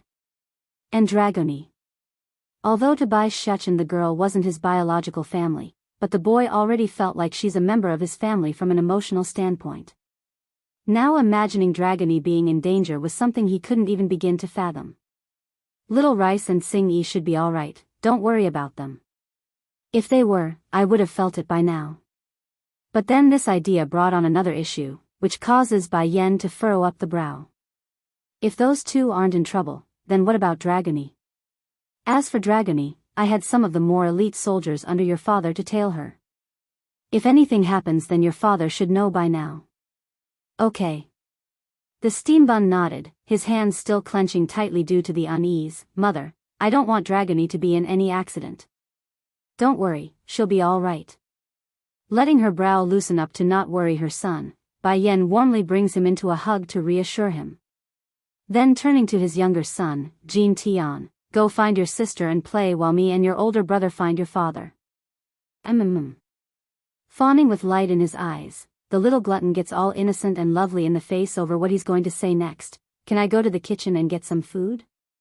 Even though he ate not long ago, it doesn't change the fact that he's hungry again. Go ahead, but don't eat too much or you will get a tummy ache again. Alright, let's go Shechen. That said, the woman herself also felt a sense of unease now and hurried to bring her eldest son along for the outside. Jean Tian on the other hand wasn't as urgent to run off to play though. Rubbing the back of his head, the little glutton only appeared a little bit off. Who is Dragoni? Is it someone else's sister that Big Brother wants to abduct? The more he thought, the more reasonable this little glutton found the theory to be so. I didn't think Big Brother is that kind of person. He is actually into abducting someone else's sister. What if the other family's Big Brother comes knocking at our door? They will break his leg. Due to all the misguided information Bai Shechen himself sewed into the little baby, which was akin to brainwashing, it would be quite some years before the little glutton stopped having that image of his own idol. No, I can't stand by and watch Big Brother have his leg be broken. I must advise him to turn a new leaf and not ruin someone else's family's sister. Pumping his fist up into the air like a hero, the little glutton vows to himself. The word ruin was something Bai Shechen himself taught the baby. To think it would be turned and used on himself one day. If the older boy learned of this then he would surely ignore the little glutton for a month at least. Bai Yan and her eldest had only finished coming out of their courtyard when the man whom they are looking for arrived on his own. Yan, this is perfect, I was going to find you but didn't know you were coming on your own. This sent the woman into an alarmed state. Tensing up in the hands, tell me the truth, did something happen to Dragoni? Don't worry, I can handle it. It's like this, Di Tsang's voice sounded half hesitant as well, Dragoni is missing. The people I sent to protect her is also missing and I can't contact them anymore. I don't know what happened to her. Dragoni's missing, 1, Bai Yan's lip quivered over the terrible news. you say Dragony is missing? How did she go missing? Deetsong, tell me now, which is the place? Deetsong's complexion also grew gloomy at the pressing inquiry. I also don't know the full details. The last location I know she was in was at the Holy Dragon Mountain. Holy Dragon Mountain. Tensing up along the hand, Bai Yen grew firm and hard along the face. Deetsong, me and Xiachen are going to that place. The peculiarity of that statement didn't escape the husband's ear. She specifically mentioned herself and the boy only, never him. Immediately, Deetsong got all possessive and wrapped his arms around her dress. I'll go with you too. You should understand by now, Deetsong, that we need someone here to guard against the Celestial Palace's attack. What if they invade while you are not around? Who will protect our daughter then? Stay here, that's final. But Yen, I can't be at ease if you leave on your own. Dragony isn't the only one missing, the elite guards I sent to tail her is also missing. An incident that can put them in danger can't be simple. I don't want you to face such peril. Truthfully speaking, Dragony wasn't exactly the most favorite person in Deetsong's roster of people he knew. He cares for Bai Yen, that's an absolute truth. However, a goddaughter to this demon king doesn't equate to putting his beloved wife in exceptional danger. I can't just leave Dragony's fate alone. Bai Yen reaffirms her decision, getting all huffy and emotional as well. I don't know the reasoning myself, but I've liked the girl since the first time I laid eyes on her, otherwise I wouldn't have kept her around to begin with. I know you are worried about me, but I am also worried about her. No matter the danger that's ahead of the journey, I must go. Deetsong got all silent because he knew arguing here won't win him the fight today. Using his slender finger to caress through her hair, those seductive eyes looked like they could see through the beyond by gazing into the woman's own. Fine, but you must keep Xiachen by your side at all times. You hear me, boy? You are a man of the family. You must protect your mother while I'm not around. When speaking the word man towards his own son, Deetsong made sure to put extra emphasis on it to pass on the trust he had. Don't worry, Batty father, I am a man now, I will definitely keep mother safe from any harm. Making a faint chuckle at the good reply, Deetsong now appeared proud. That's my son, that's how a man of the D family should be. Bai Yen naturally felt relieved at the go-ahead from her own man. She was honestly starting to worry this possessive demon king would really force his way and bring all the children along. That would be far more disastrous than just going by herself or with Xiachen along. Dragony's missing, too, also, flicking his hand open after moving closer to his wife's face. Take this, it's something I recently came across by chance. This jade necklace will help keep you safe from a fatal blow for one time. If you keep it on you, then I can be at ease. He didn't lie about this item falling into his laps a few days ago, but there's more than just one use for it. Of course, Deetsong wouldn't tell his wife what the other use was lest he wants a good beating. First Elder knew this though. He's been watching from the sideline the entire time and wanted to speak up to inform the Demon Queen, however, he ended up saying nothing after a brief thought. What's the point? This was a husband's way of protecting his own wife, he as an outsider shouldn't interfere. Bai Yen didn't resist as her man placed the jade necklace around her neck. Then, as if to reward the Demon King for his good behavior and obedience, the woman actually tiptoed her feet and kissed him along the lips. This should have been a picturesque scene that would wow the world, but not everyone was happy right now here. Bai Xiachen was rather displeased as he puckered his little lips. Oh, what to do, I also want to give mother a kiss along the cheek. But Batty father won't let me go if I do that. I'll be back soon, Deetsong. Removing her lips from his, Bai Yen turns away for her eldest. Come Xiachen, we're going.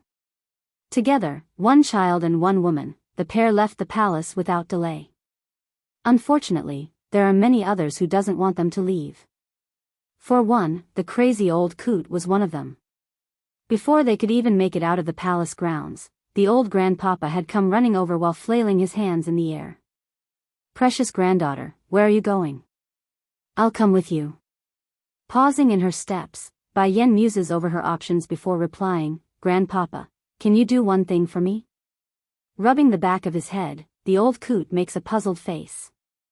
I'm going out with Xiachen, so I want you to keep an eye on my twins while we're not around. The strength of the celestial palace mustn't be underestimated. If there's only mooing around, then it's not a guarantee her children would be safe. Now that's where her grandpapa would be able to help. As for Deetsong, he has a lot of things to oversee. The person wouldn't be able to keep a tab on the children at every moment of the day. Okay, clapping his hands as he laughed aloud. Little Ling Yen and Jean Tian are both so cute and good, just like you back then. However, where are you taking Xiachen? Can't you take me as well? At the end of the day, the old coot would rather be with Bai Yen than to stay here regardless of how fond he was of the kids. Shaking her head, the woman knew she had to do some persuasion here. I can't be at ease with my daughter being left alone. Also, aside from you and Deetsong, I can't leave my children in other people's care. In other words, she only trusts her husband and this grandpapa the most and wouldn't entrust the twins to anyone else. Which was true and not a lie. Laughing with joy now at the given responsibility, precious granddaughter, you don't have to worry, I will make sure the babies are well protected. The old coot then went ahead to pat his chest in a reassuring manner. I won't let those bad people anywhere near them. Dragonese missing, 3, but, the old coot's smile disappeared again, his eyes wide with pleading, can you come back quickly? Considering how cautious his tone was, Bai Yen could already see the miserable picture the other person would make once she's gone. Closing her eyes in aching pain over what she's trying to do, she eventually came to terms and spoke up, Grandpapa, I'll be back very soon, wait here for me, okay? The old coot nodded heavily, I will be good so you can't lie to me. Cross our pinkies? Okay, pinky swear. Once I find Dragony I'll return right away. Showing a dazzling smile, Bai Yen went ahead to hook her pinky around the elders to seal the deal. Great-grandpapa goodbye, Bai Xiachen waves his hand in the air as he and his mother departed for good, which only made the old coot even more pitiful in the background. For a while, only the lonely figure of an old man stood at the palace doors, not moving and not going anywhere until the sun set for the night. The Holy Dragon Mountain was located very far from the Demon City, therefore it took quite some time before Bai Yen and the steam bun arrived at the base of this place. Even worse, there's someone blocking the road up ahead. Mother. Bai Xiachen murmurs, his hand getting uncomfortably tense as he grabbed onto his mother's sleeve. It's this woman who tried to hurt me and Dragony before. She's the one responsible for sending us down into that underground world. Bai Yen didn't need to be reminded of this because she already knew who the other side was. Though their encounter was brief back then, it's more than enough to firmly engrave the vile deceiver into her mind. You're really alive.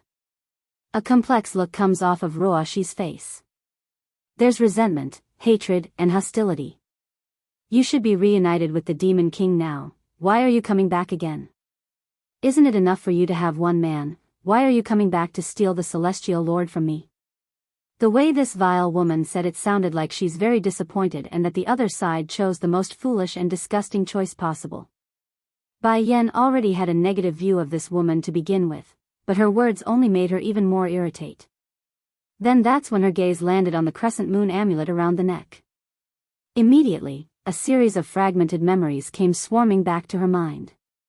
It's a picture of two girls, two young girls to be precise. They were inside a dense jungle.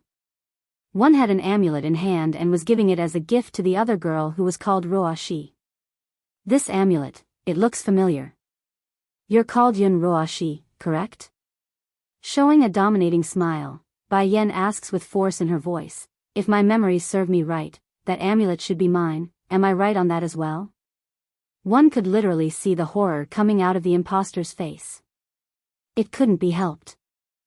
For Roashi and all that she held right now in her life, it's all derived from this crescent moon amulet. Without it, she's nothing. She's not the supposed savior of the celestial realm. She's not the most important woman in this world, she's nothing. Dragonese missing, 4, what are you talking about? Yun Roashi forces a smile to hide her inner guilt, oh, I forgot you don't remember because you reincarnated. How can you remember the past? I bet you mistook this amulet as yours because of the fragments in your head. I'll tell you this clearly so you can stop wondering about it. This amulet is mine to begin with, then you cheated it off my hands for a while before I eventually got it back. Is that right? Bai Yan's smile deepens. But it's just a trinket, why are you acting so nervous for? Can it be the amulet has some other uses you're trying to hide? Almost like a jerk reaction, she clenches the amulet around her neck and made a vigilant look across to the other side. This amulet is something my parents left me, of course it means a lot to me. But enough, we're not here to speak about my possessions. You've got Deetsung already, why are you coming out of the demon realm to pester the celestial lord? Regarding the story of Keeper Ling being shoved away by Chu-Yi God has already been passed onto the woman's ear, so she's well aware of the situation and what happened. Haha. Would you rather lose the world than lose her? When did Bai Yan hold such an important position within his heart? How can he give up on the world for a mere single woman? I don't know this celestial lord you're talking about, and my one and only husband is Deetsung. In my heart, there can only be one person. As Bai Yan presses forward, her hand had already summoned out her Godslayer for battle. Sarcastic in her tone now, you are not going out of your way to pester him, but your existence is causing him to not forget you. Isn't it enough to have the demon realm in your palm already? Why do you keep coming to the celestial realm and show up in front of him? If it wasn't for this woman's temptation and seduction of the celestial lord, would he keep her in his heart for a millennium? Stopping there on the spot, Bai Yan's cold smirk devolved into an unamused one. I said it already, I don't know who you're talking about. Me and Deetsung's purpose is very clear, and that's to exact revenge on the celestial palace. Why should I stop for the sake of a single person I never met? That only raised the anger level in Yunruoshi's heart. Quit pretending like you don't know the celestial lord is Chu-Yi God. Oh right, you shouldn't know he's him unless someone told you, isn't it? Fine, 1,000 years ago it was he who personally tied you up and brought you to execution ground. It's he who caused you to lose your unborn baby. A visible stiffness gripped Bai Yan's body in that moment. There's unbridled anger surging forward, but more were that of pain and indescribably regret. What did you just say? It's Chu-Yi God who killed my son. It's he who hunted me down by sending his men. Several times she had dreamt of an unknown person, but due to the individual always having his back turned to herself, Bai Yan couldn't make out who it was. Adding in the fact that the one in the dream had black hair and a white robe, the connection never drew a spark. Dragonese missing, 5, why does it have to be him? Mother. Bai Shechen felt the anger coming out his mother's face, so he subconsciously reached out to grasp onto her hand. Though the steam bun was still small in age, but he's nevertheless smart enough to know one of the reasons he's able to survive one of his encounters before was thanks to Chu-Yi God. Without that man, he and Bai Yan would be dead at the edge of the demon realm due to those shadow guard that day. Why should I believe you? A crunching sound comes off of Bai Yan's fist as she glared daggers at the other woman. All you have is a one-sided story, you got no evidence. Besides, you wanted to hurt my son before, that makes your story even less credible. A sneer comes off of Yunruoshi's tongue in return. If you don't believe me, then you can go inquire the details on your own. Most only know he's the celestial lord, but those in power all know him by his name, so some of your upper members in the demon realm should know. Bai Yan slowly closes her eyes, knowing she couldn't keep denying the other side story. It wasn't all that long ago where Chu-Yi God deceived her and nearly harmed her own son, but she still believed the man would give her a proper explanation. Yet, the person never came again. How can it be him? Why did he save Shechen and then nearly harmed him? Which side is the real him? Did he really kill the 4 sacred beasts, the same one in my dreams? This doesn't make sense. Why is everything so hard to figure out? The more she thought, the more tied Bai Yan was feeling inside. Part of her wants to believe in Chu-Yi God as a good person, but the other part of her said otherwise based on all the things that's transpired. So, for a time the lady couldn't move, only standing there in silence for a long time. Yunruoshi wasn't going to stand patiently and wait, of course. Showing bitter poison along the eyes, Bai Yan, if not for you then I would have been his wife for a long time already. You clearly got Deetsung already, why do you have to reappear again? What qualification do you have to hate the celestial palace? All you lost is a child, while I lost the happiness of a lifetime. That's right, in the mind of this vile being, a child was nothing more than a disposable object that doesn't hold a candle to her own happiness. Yun Roashi, what are you doing? Exactly then a cold rumbling voice cuts down from above. Going stiff due to the familiarity, the vile woman rigidly turns around and discovered that breathtaking face. However, instead of the cold and indifferent attitude like always, the person had on an outraged expression that has never been seen before. Lo Lord? Yun Roashi stutters this out from the mouth, her face going pale under that menacing gaze. Lo, let me explain, it's not like what you see. Chu-yi God didn't pay any heed though, his entire attention only focused on Bai Yen, who sent him into a panic once their eyes met. Yener. Bai Yen laughed in that moment. Not the small chuckle or derisive kind, but the heartfelt and pained cry of someone openly hurt by one's action. Against this, the celestial lord immediately felt an ominous sensation creeping up from his feet. Chu-yi God, I ask you, is it because of you that my previous life ended up so miserable? My child, did he also leave me forever because of you? White tiger, azure dragon, black turtle, and vermilion bird, did they all die because of your hands? Dragonese missing, 6, pain and sadness always dampen down after some time. In this case, Bai Yan's final emotion were that of indifference because she didn't want to be hurt anymore. At this point, she only wants a clear answer. Yes. Under that indifferent gaze, Chu-yi God painfully nodded and confirmed the truth. He didn't want to kill her, nor did she intend to harm her companions back then. However, the fact remains that her miserable fate and death was indeed caused by him. The man couldn't deny it. Bai Yen gently closes her eyes because her heart was shaking immensely.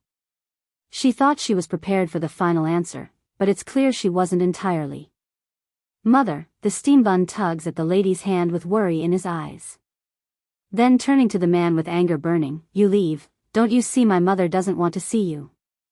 Xiachen, a bittersweet smile comes off of the man's mouth, I really don't have any malice towards you, please believe me. Getting frustrated along his little face now, Bai Xiachen raises his voice into a yell, you hurt my mother's heart, you also killed Azure Dragon and them, how can you still say you don't hold malice against us? I know you are strong and I'm not your opponent, but one day I will grow up and when that time comes, I will make you pay for everything you owe us. These words may be coming out of that childish mouth, but the tone and force in his voice showed that he's well on his way to becoming a ruler of one realm. Chu-yi God tasted a bitter sadness in his mouth at that moment. He could see the hatred coming out of the kid's eye, and the resentful tone shooting his way. It's then he knew, whatever hope he had of winning back Bai Yan's heart was forever lost, he won't ever have a chance again. Xiachen is right, one day we will pay back the blood debt. Bai Yan announces, her eyes hard and hostile now. Out of consideration that you saved my son that one time, I won't settle the matter with you today. However, the next time we meet is when we will put an end to everything. How could I have forgotten? How could I have done that? Celestial Palace. Chu-yi God. Yun Ruo 11. I won't let any of you go. Wait Yener, let me explain. Chu-yi God wanted to reach out with his hand due to panic. Unfortunately for him, his hand was promptly slapped away when near contact. Don't touch me. Compared to Deetsong, you are scum. You're not even comparable to a strand of his hair. A visible tremor could be seen across the man's shoulder, a readable sign he's been hurt by that insult. If, Bai Yen stopped for a second in her words, then snickering sarcastically, if you want me to forgive you then it's possible. I want those from the Celestial Palace to die, including this Yun Roashi, can you kill them now? Initially the man flashed a flicker of hope in his eyes after hearing there's a chance to turn things around, but the latter part completely ripped the light out of his face like he's dead inside. Yener, not now, but in the future. In the future I will.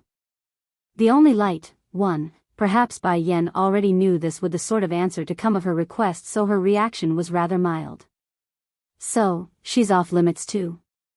Narrowing her eyes in, there's self-mockery and hatred towards the other person. Yun Roashi instantly flew into an antsy panic. Hurrying to stare at the Celestial Lord for help, this impostor uses her gaze to plead for mercy. I promise you, I will definitely give you a proper answer in the future. Chu-yi God says the same thing again. Yun-roa she can't die now, nor can the celestial palace topple just yet, but I will definitely give her a proper answer. Chuckling in her voice now, if you want to give me an answer then kill Yun-roa she now. I want her to pay for harming my child. Other than that, she has nothing else to ask for. Lord. The impostor reflexively calls out, knowing full well how much of a position Bai Yen stands within Chu-yi God's heart. She's really afraid the man would slay her on an impulse. From beginning to end, the man never once gave Yun-roa she a glance. Yenner, give me some time, she and the celestial palace cannot die now. You have to believe me, everything I do is for you. He raises his hand again, wanting to hold on to that dress to pass on his feelings. Unfortunately for him, a small body cuts him off by slamming into him and knocking his footing back. Get out of here. Don't you to touch my mother. Bai Shechen yells, his eyes full of disgust. Anyone who hurts his mother and break her heart are all bad people. One could literally see the air deflating out of Chu-yi God's soul in that moment. Against the little guy's face, he couldn't help but smile bitterly because he wasn't making excuses here. In his mind, Yun-roa she needs to live, and the celestial palace also needs to exist for now. Xiachen, Bai Yen pulls the boy back behind herself, her cold eyes wary and alert. You don't have to do this, I won't hurt him. The behavior across from himself hurts the man even more.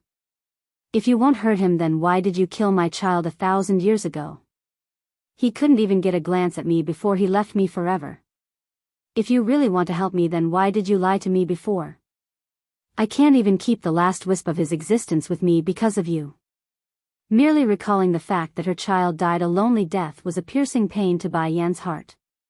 So what if the little one is not human? At least he recognizes me as his mother. Mother, Bai Shechen felt the pain coming out of his mother's heart and attempted to soothe it. Don't be sad, I will always be with you. We will never separate.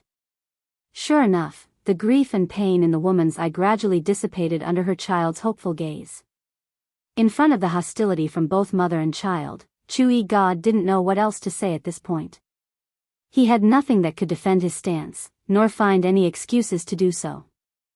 Everything was true, he single-handedly ruined the woman's previous life and murdered her child. He did it all. The only light, 3, truly, Yun-roa she did in fact believe the man choking at her throat right now saved her because he liked her, not because of something like using her as a shield. You and Yenner can't be compared together. Tossing the lump of meat to the ground in a barbaric manner, Chu-yi God continues in a cold hard fashion. Keeper Ling and the others may be blind, but I am not. You will never be able to match her goodness. You will never be able to match her goodness. This sentence was akin to 1,000 arrows, each piercing right through to Yun-roa she's heart and burying her in a mountain of hurt. Why? Why do you keep liking her more than me when I've waited a millennium for you? What's so worthy to make you choose her over me? She asks with a sorrowful face. Another gush of wind blasts out of the man in response, this time powerful enough to blow the woman off the feet and into the bushes, thus causing her to become a tattered mess in the process. I said you can't be compared to her, what don't you understand? An annoyance filled the person's voice. This is my warning, I will only let you go this one time. If you appear before Yenner again then don't blame me for being cruel. I don't care if you are useful or not, I will personally put an end to you.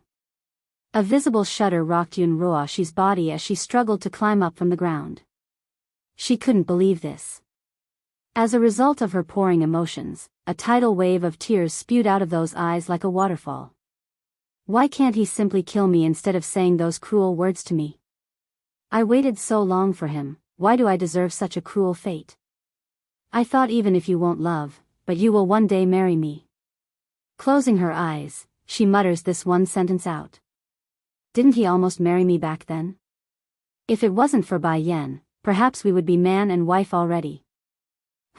I only agreed because Keeper Ling promised me they wouldn't kill Yenner if I did so. I believed him, yet they went back on their promise and never intended to let her go. Yin Roashi, don't think I don't know you're one of the main reasons in pushing those old fools into treating her that way. A huge look of panic gripped the woman's face at being pointed out. No.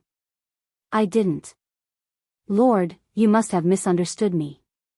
Is it Bai Yen? Did she tell you something false?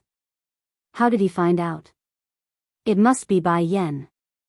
Yes, it must be her. She must have said something while I wasn't around. Yenner don't know anything, so you can stop blaming her for everything. Only Keeper Ling and them would be so oblivious. After a millennium, I've seen through it all. The funny thing was he too had been blinded by lies and deceit back then, hence his foolish decision to harm his love of a lifetime. Going numb in the legs, Yun Roashi collapses to the ground again, her eyes exposing a look of distraught. And unlike earlier, the imposter wouldn't believe the man was doing it out of mercy or love. It's definitely something darker. So he knows everything. If he knew, then why did he leave me my life? I never liked you, never had and never will. When I first met you I already disliked you, and the only reason I remained polite was due to Yenner's connection. The only light, for, now cherish the time you have remaining, there's not much left in it. After throwing down this bone-chilling sentence, Chui God turned and flew away like a brisk wisp of wind. He's always been like this. Come and go as he pleases without leaving a trace of his existence. Half a ring later, Yun Roashi finally returned to her senses after being left alone. Unlike the terrified expression she had on earlier though from the conversation, her face was twisted and grotesque. Bai Yen, I want you to die. Even if I can't get the Lord, I will never give you a chance to live in this world in peace, just you wait. If she wasn't here, if she didn't existence, Chui God would have definitely loved me instead. Yes, this is all her fault, I did nothing wrong. Winger, get your ass out here, come out this instant.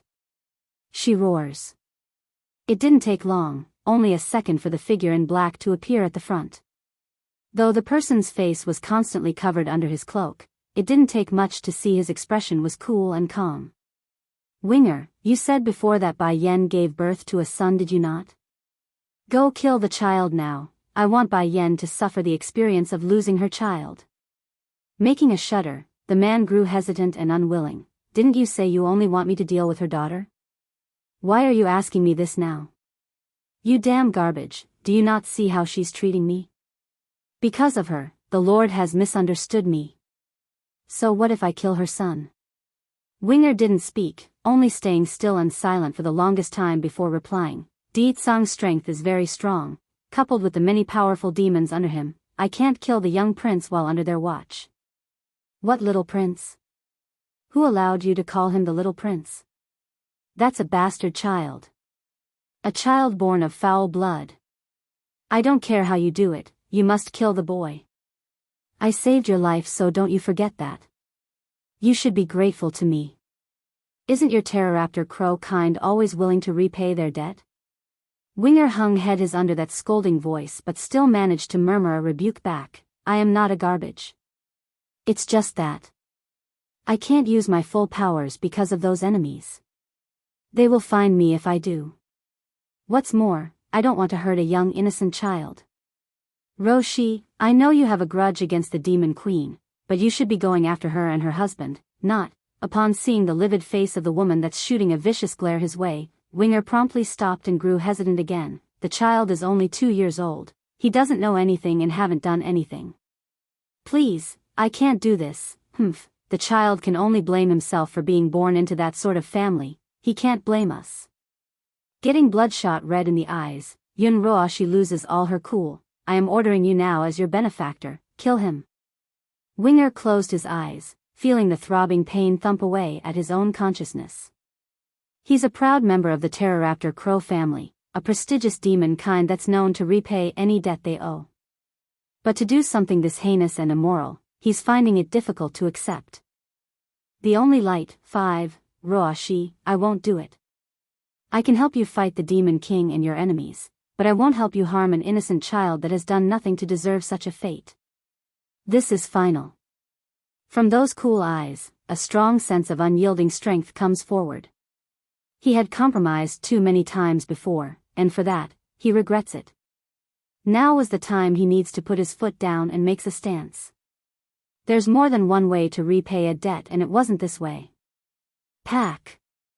The wicked impostor instantly flew into a rage and slapped the man across the face.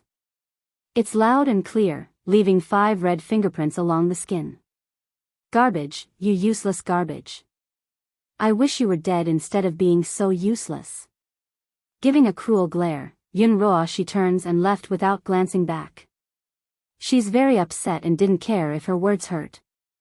Winger didn't feel angry or outraged as he watched that departing figure. To him, this was something that happens often, so he's numb to the insults already. What's more, he didn't care. For the Pteroraptor Crow clan, repaying a favor or debt doesn't mean they are forced to endure insult or humiliations.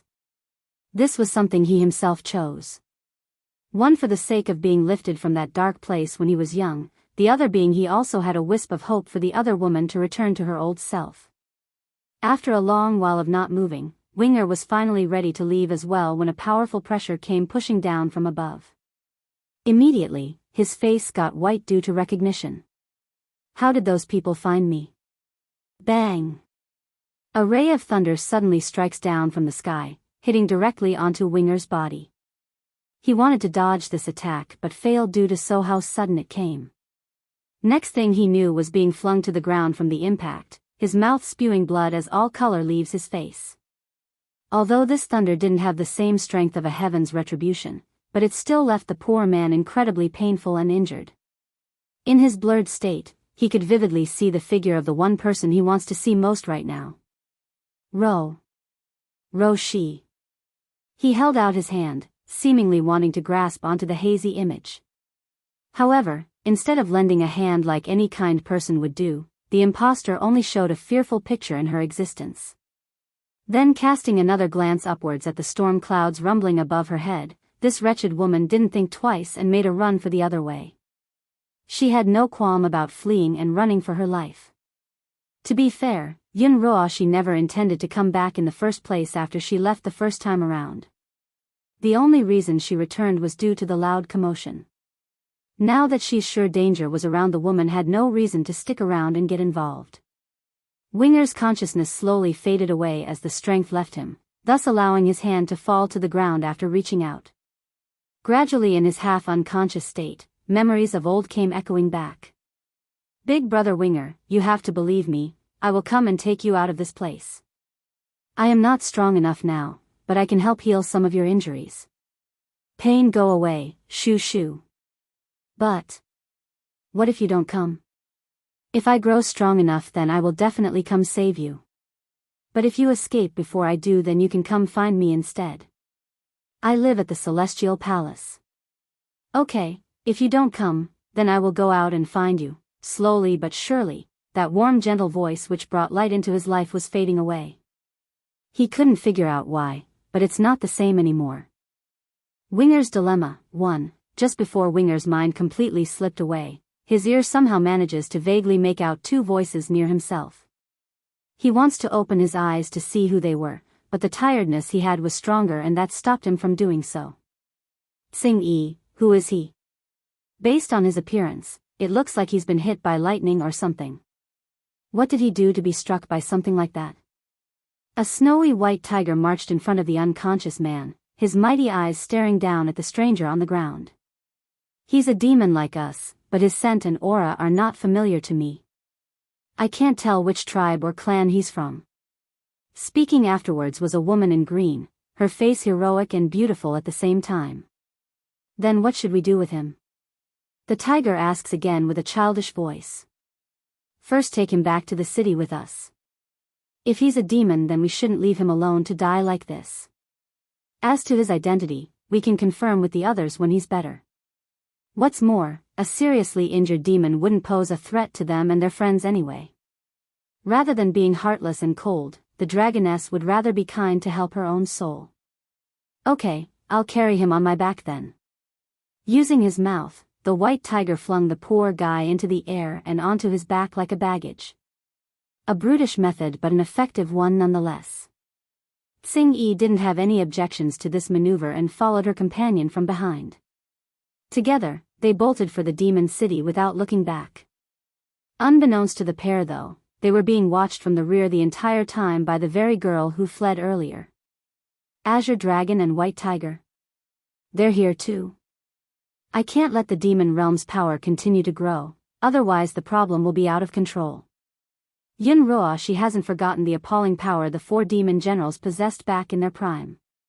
If they are to return, then it would spell trouble not only for the Celestial Palace, but herself as well, because she had a major hand in their demise. If everything comes out, the first person those 4 would murder would be her. But concern was one thing: this wretched woman wasn't so ignorant to not realize what's the most urgent matter at hand. She must hurry back and make sure the keepers never meet Bai Yen again, otherwise the other person might bring up the topic of the moon amulet in her possession. If it becomes known she's not the real owner and Bai Yen was, she would be nothing. She wouldn't be able to live the life of luxury she has now, nor would she have a loyal dog like Winger who came on his own. Heck, she wouldn't even be able to protect herself without others to shelter her. Inside a bed chamber, Winger had Jay's struggles to open his eyes as a mountainous level of fatigue gripped his body. Despite this discomfort, the injured guy still felt abnormally at ease here. Winger's dilemma, too. Are you awake? A calm and old voice echoes in Winger's ear, causing his body to go stiff. If you're awake, then that's good. I've already examined your body and you're indeed a member of the Pteroraptor crow family. I and your father Skywing are old friends. To think the old lad would manage to leave behind a seedling. Shooting his eyes open now at the mention of his family, the injured guy wanted to get up to get more information but fell back down as he did so. You know my father? Dragon Flame calmly nodded. You shouldn't be born yet when I was locked up, so it's normal for you to not know me. According to our connection, you should call me uncle. Does your father mention me often? Winger bitterly shook his head over the reminder painful memories. I don't remember a lot of things because I've been locked up in a dark place for many years. It wasn't until a couple 100 years ago did I manage to escape and come into the world. Where is this place? Did you save me? No, it wasn't me who saved you. It was Tsing Yi and Little Rice who happened to find you in a forest. They brought you back after noticing your injuries. You're now inside the palace of the Demon City. Demon City's palace? Going rigid over this news, Winger's face hung low as a bittersweet flavor filled his tongue. I'm inside the city's palace? Why did it have to be the Demon Queen's people who saved me? Now what am I supposed to do? My clan rule requires me to repay an debt I owe to another, but they are the ones Roa she wants to kill. How am I supposed to fit both sides? What's wrong? The old goat asks with a frown, not understanding why the perplexed and troubled expression of the young man. Shaking his head after realizing he's revealed too much, I'm all right. Do you have an alchemist here? How come my body feel like it's not hurting anymore? Oh, our queen is a alchemist, and it's the little princess who gave you a Dan pill. Boom. Instantly, Winger's mind went blank as it exploded. There are countless voices echoing in his mind right now, each vying to persuade him on a certain course of action. The princess? You said there's a princess in the demon realm? But the queen is supposed to have given birth to 2 boys, isn't that what the rumors say? Now this time it was the old goat to make a strange look. You right on the queen having 2 sons, but the second birth came as a twin, 1 girl and 1 boy. A buzzing sound rocked the poor man's brain after getting the confirmation. Closing his eyes, even his lips were quivering from shock. Why is this happening? Why is there a princess?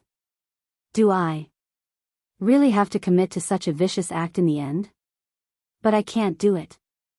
I can't murder an innocent child. Originally Dragon Flame didn't have any doubts regarding Winger's motive or origin, but after this display of ups and downs in behavior, the old goat couldn't help but add an extra sense of alarm towards this new guy. It looks like I need to have half Ching Sing, Snake Woman, tail this guy in secret. Although me and his father are good friends, but I don't know too much about him as a person. I can't risk this because of my own ties. Though he thought that, the old goat still wanted to believe he's only overthinking this matter. Otherwise, he might just have to end his old friend's only son. That would be a regret he himself would be pained in. Winger's dilemma, 3. Due to how troubled Winger was inside, the man did not notice the odd look coming his way. Then just as he's about to speak again, a soft crisp voice cuts in from the doorway. "Grandpa Dragon Flame, is the uncle awake?" This voice may be childish in nature, but it's more than enough to make the bedridden patient tremble. Looking over, he could see it was a baby girl that's probing her head through the entrance and looking at him in the eye. "Princess, walk slowly, don't fall." Mooing speaks out after seeing the baby toddling forward in a quick manner. She's afraid the girl might trip over due to this and get hurt. However, it's also due to her careless remark that confirmed Di Ling Yan's identity to the assassin. So she's the princess of the demon realm? How could this be? Such a cute and adorable baby, it would require a truly beautiful woman to produce such a child. For a while, Winger's curiosity to learn of Bai Yan as a person grew, making him show a side that he never thought to be within himself. "Uncle, Tsing Yi said you were hurt, so I gave you my mother's medicinal pills. Does it still hurt?" With big innocent eyes, Di Ling Yan asks after coming over to the bedside. "Does it still hurt?" Once again, memories of old came swimming back to him, causing Winger's heart to ache tremendously with turmoil. "How long has it been since I received such warmth?" "That's right. That time in the darkness with her. Ever since she left that time, I never felt it again. Grandpa Dragon Flame, is something still wrong with this uncle?" Di Ling Yan tilts her little head. "Mother gave me a lot of Dan pills. Here, uncle, you can have them because I can't finish it all." The old goat smiled with content at the baby's good sense. "Of course you can, but if you give him everything, then what will you eat, princess?" Biting her thumb in a troubled fashion, "That's right, they taste really good and I can eat a lot every day, but Grandpa Dragon Flame, I'm sure mother will want me to do this. Me not having any will only mean I can't eat some snacks for a while uncle here is injured and needs them more." For nearly 2 years this baby girl has been protected very well, so her heart remains pure and beautiful, thus winning most of the demons here in this city. This includes the old goat, who showed a pleased smile. "I really hope I'm overthinking this, otherwise I can't imagine how hurt the princess will be if my speculations are true. Winger, do you remember the rules of your family clan?" Dragon Flame's expression suddenly got stern and hard. "The Pteroraptor clan is known to repay any debt they owe. Your life was saved because of the princess's graciousness by giving you all these Dan pills to consume. Without her, you would be at the death's gate by now thanks to the injury you sustained." The patient visibly stiffened over the news. Closing his eyes in pain, "Rest assured, Uncle Dragon Flame, I know what I have to do." Winger's dilemma: "For such a beautiful girl, how can I hurt her? I really can't do this, I'm sorry Roa Shi. Mooing, you take care of the princess while I go finish some business outside. If anything happens, call me immediately." Dragon Flame leaves after giving this instruction. Though the old goat still felt uncomfortable trusting Winger completely at this stage, but he believes the guy wouldn't try anything while in the palace. It's far too secure and hard to escape if he does. Once they were alone, Winger's gaze promptly turned to the baby girl, his eyes warm. "Princess, your mother the queen. What kind of person is she?" He's been told for a very long time that the woman Roa she hated was a vile being for ages. Now's his chance to find out the details for himself. Showing a proud face upon having her mother mentioned, Di Ling Yan happily obliged the request by propping her chin very high. "My mother is the best person in the world. She's beautiful and kind, and I want to be exactly like her when I grow up. Maybe not exactly since she's so excellent, but I will be the second closest to mother." Speaking of the last bit in her sentence, the baby girl has gotten that brow furrowed up due to her own words. "Princess," Mooing smiles warmly and interrupts, "It is getting late. If we don't hurry to dinner, then all those delicious foods will end up in the prince's tummy." "Ah." Ling Yan immediately jumped, her face urgent. "I need to hurry, otherwise Jean Tian will devour everything again and I won't get any." Without delay, she led the way on her own for the exit. This was exactly what the maid wanted to happen. She may not have any hostility towards this stranger, but she's not foolish enough to think he's a person that she shouldn't be wary of. In any case, the maid doesn't want the princess to stick around for too long lest he does something unexpected. The negative opinion towards Winger right now was honestly unwarranted. His entire focus has been shifted to the past, to be exact, the time where Yunroa she explained her reasoning for changing so much thanks to the Demon Queen. You are right, when I saved you I did it out of good intentions. Who doesn't want to be kind and good to others? But what did I get in return? I was so kind to her, yet she stole my fiancé. If you hadn't been so late in coming, would I have experienced all those hardships? I wouldn't, that's what. You don't know what she did to me. She ordered all beasts to hunt me down, and my strength stagnated as a result of the injury I sustained. Bai Yan could clearly get me to become that old coot's disciples as well back then, all she had to do was speak up. But guess what, she didn't and left me in the dark. Furthermore, it was she who abandoned the Celestial Lord and hooked up with Demon King Deetsong on her own. Even when she didn't want it, she won't let me have my own happiness. That woman's heart has always been poisonous. At least I was good-hearted and saved you. If it was her who encountered you back then, you would be dead now. I really pity Deetsong. A woman like her can't possibly educate a child to be good. Eventually she and her breed will be a scourge to both realms. By then everyone will be plagued by their evil. I rather die, yet what he's hearing was a huge difference compared to what Roa she claims to be. For a while, the poor injured guy doesn't know what to believe anymore as he closes his eyes over this dilemma. Holy Dragon Mountain.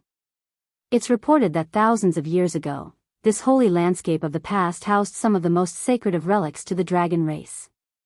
But due to various reasons and the war between demons and celestials 1,000 years ago, none of its original residences remain to this date. Now the only ones to ever come here were treasure hunters and those who wished to strike it rich. However, of course, many dangers lurk here from ages past. Traps, poisonous insects, and creatures of unknown origin, these were merely some of the known hurdles lurking from within. As a result, not many ever dares venture into the mountainscape, for not many ever returns alive. Yet today was not the case. There are many crowding around, some extremely powerful individuals capable of controlling a region under their fists. Senior Yu, is that dragon girl really in this place? Yes, the senior faintly nods his head in confirmation. That dragon girl stole the treasure off my hands and hid herself inside. Even if this place is dangerous and big, I will certainly find her. Don't forget what you promised us then, Senior Yu. If we help you locate that dragon girl, you must give each of us a level 13 Dan pill. The one speaking was a middle-aged man who licked his lip greedily after speaking. Within this celestial realm, there are not many people who could produce level 13 alchemic products like this old man. Since Senior Yu was a disciple of a certain elder within the Celestial Palace, he would certainly have said products like he claims. Sneering in contempt at the other side's greed, when have I ever gone back on my promise? That dragon girl stole something I need to treat my granddaughter, nothing but an abhorrent lizard that knows no shame. I will pay any price to find that monster. After Senior Yu threw his vow down, the rest immediately began to act as arranged due to the reassurance. There's a lot of traps ahead of their path, so it's a very slow process to dismantle the dangers. Meanwhile, at the same time, a little girl was currently curled up inside a cave not too far away, her body cold and shivering due to the frost coming off the body. It's cold, it's cold. Dragonie's eyelash trembled profusely due to the bone-chilling frost attacking her internals. She wanted to sleep direly right now, but at the thought of Bai Yan and Bai Xiaqin's face again, she stubbornly bit her lip and forced her consciousness awake. I must not sleep here, otherwise I will never be able to see Mother and Gidge, big brother, again. Mother, Gidge, I miss you so much. Ooh, I really miss you. Bringing up the picture of Bai Yan's dazzling smile and kind hugs, Dragonie could no longer hold back her loneliness and let the tears come forward. She knows that if Bai Yan was here, then there would be a way to dispel this cold. But now, she could only rely on their own perseverance to survive. Exactly then, a series of footsteps bursts over from the cave mouth, causing the poor girl's face to stiffen up. They are strangers to Dragonie, she doesn't know them. However, once she got a better look at a certain old senior among their ranks, her eyes dimmed with lost hope. These people, they have finally come. Little girl, we finally found you. You stole Senior Yu's stuff, so hurry and hand it over. We can spare you your life if you do so. Due to Dragone's ever-growing beauty as she matures, the young man who spoke here had on a perverted grin that showed exactly what he's thinking and intends to do afterwards. I'd rather die, too, Dragone snorted. Based on what? That's my stuff, and I found it first, so why should I have it over? When speaking, her teeth was clearly clattering due to the frost, so it's obvious her condition wasn't well. Even so, there were no tears coming out of those eyes anymore, only the stubborn look of someone not willing to submit. Senior Yu said it's his, then it's his. Little girl, you better be smart and hand it over. Afterwards you will come back with me to ask for his mercy. Perhaps then he will spare your life if you are good. From within, Dragone's big eyes flickered a glimmer of danger, because she would rather die than be subjected to humiliation. Heck, if her body wasn't reacting to the frost hindering her powers, she would have gone all in before to fight that Senior Yu instead of running at first. But things don't always go as planned or the way they want. Knowing this was her best chance while they're preoccupied with speaking, Dragone attacks the youngest man nearby to take the initiative. One punch to the chest and a kick to the groin. Next thing everyone knew were the howling cry of a man having his manhood destroyed. This was the opening she wanted. Using the brief second of delay, she lunges for the mouth of the cave to run again. Unfortunately, her plan was foolhardy in this case. Outside had been surrounded by people already, and they're ready with their weapons drawn. Girl, I like to see where you are running this time. Speaking was Senior Yu, who had drawn his blade at this point. Clenching her fist, even if I don't run, you still won't get my stuff. Going sharp and dangerous in the face, the old-timer grew enraged after recognizing the frost coming out of his target. You ate the ice fruit? What of it? Dragone sneered with contempt at the shameless old fart. The ice fruit is something I found first. If you had spoken to me kindly, then I might have offered you it, but you didn't. You mocked me and my mother, so why should I give you it? Besides, it's not like she wanted to eat it right away, rather the darn thing flew into her mouth without a second to react, so this outcome wasn't by choice either. Outrageous. Senior Yu snaps back. I am a disciple of the head alchemist inside the Celestial Palace, and this world belongs to the Celestial Palace. So what if you found it first? By right I have a claim over all that is here. You eating it without permission is an ill-mannered and shameless act in of itself. Dragone frustratingly clenches up her fist even more and causes a crunching sound to come off. Damn it, if this ice fruit isn't stopping me from using my full powers, then I wouldn't be forced to be so passive. Now all those demons mother sent to protect me is dead. Who are you calling shameless and ill-mannered, you old fart? Going red in the eye, she glares directly at the old man like she wants to hear it a second time. Smirking with a mocking voice, Senior Yu happily obliges the request since he's on top right now. Didn't your parents teach you something like selfless dedication? The ice fruit is a medicine I need in order to save my granddaughter. No matter, all I need to do now is rip out your beast core, and that will do just fine in saving my granddaughter. I'd rather die. 3. Although this method is a little troublesome, but in order to save my granddaughter, everything is worth it. Dragone finally exploded at this moment under the reinforcement of the stormy sky. Her little body kept emitting a hair-raising chill like it would encase the entire world in a layer of ice. Those closest to the dragon girl sensed the appalling force and hurried back, but it was too late for these unfortunate souls. Before they knew it, the ice had reached up from their ankle and all the way to their chest, thus sealing their fate to the afterlife. Senior Yu didn't fare so well either. Though he managed to escape in time and live, but the chill still left his body stiff as a rock. Fortunately, he's a powerful alchemist.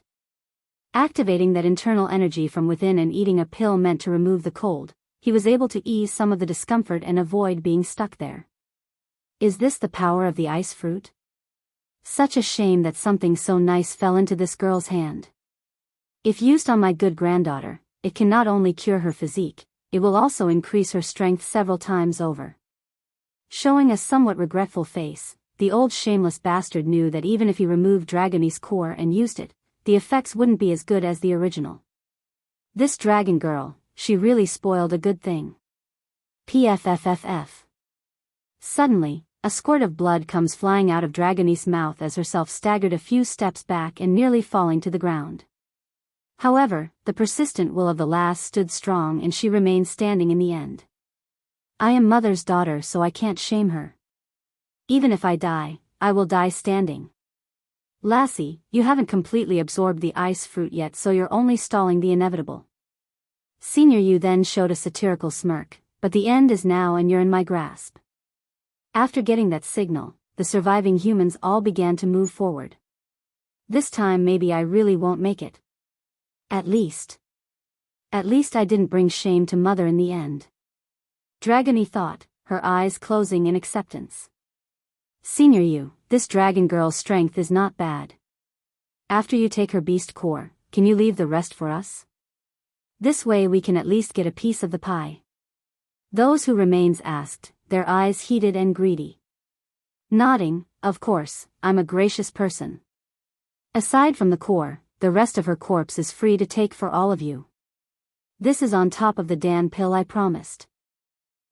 Generous as ever, Senior Yu. If it was anyone else, then they might not be so kind and give us a dragon's carcass. That right, Senior Yu, we will definitely remember your generosity. Please don't forget to call us again in the future if you ever need our help. Dragons are treasures. Even if it's just a drop of blood, it's still enough to help the average person to increase their physique. Besides, Senior Yu didn't do much at all during this venture, it's these people who did most of the laboring. Using this to help gain a favor from so many would undoubtedly benefit him in the long run. I rather die, step aside everyone, this dragon girl may be hurt right now but her strength is still formidable. I will kill her myself and retrieve the beast core.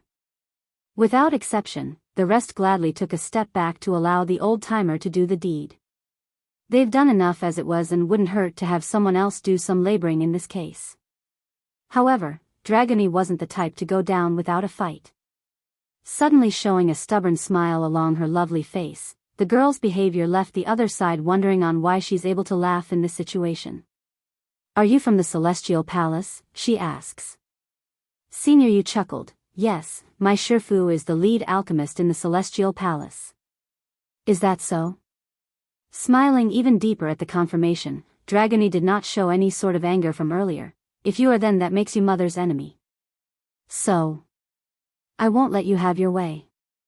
You, feeling an ominous sensation creeping up his back, Senior Yu instinctively pointed his finger out. Sure enough, the girl's complexion quickly took on a paler tone as traces of blood flowed out of her lips. This deathly appearance could only mean one thing, and it's damning. You self-destructed your own core? The old shameless bastard exclaims, his eyes burning with rage and disbelief. No. How can you do this? Stop right this instant. The ice fruit takes a millennium to mature. After all these years, this is the only one I found. What is my granddaughter supposed to do if she destroys her own core? Damn this dragon girl. She's dead anyways, why can't she just help save someone else instead of destroying my last hope? Pity for the old-timer, he's a step too late at this point in doing anything.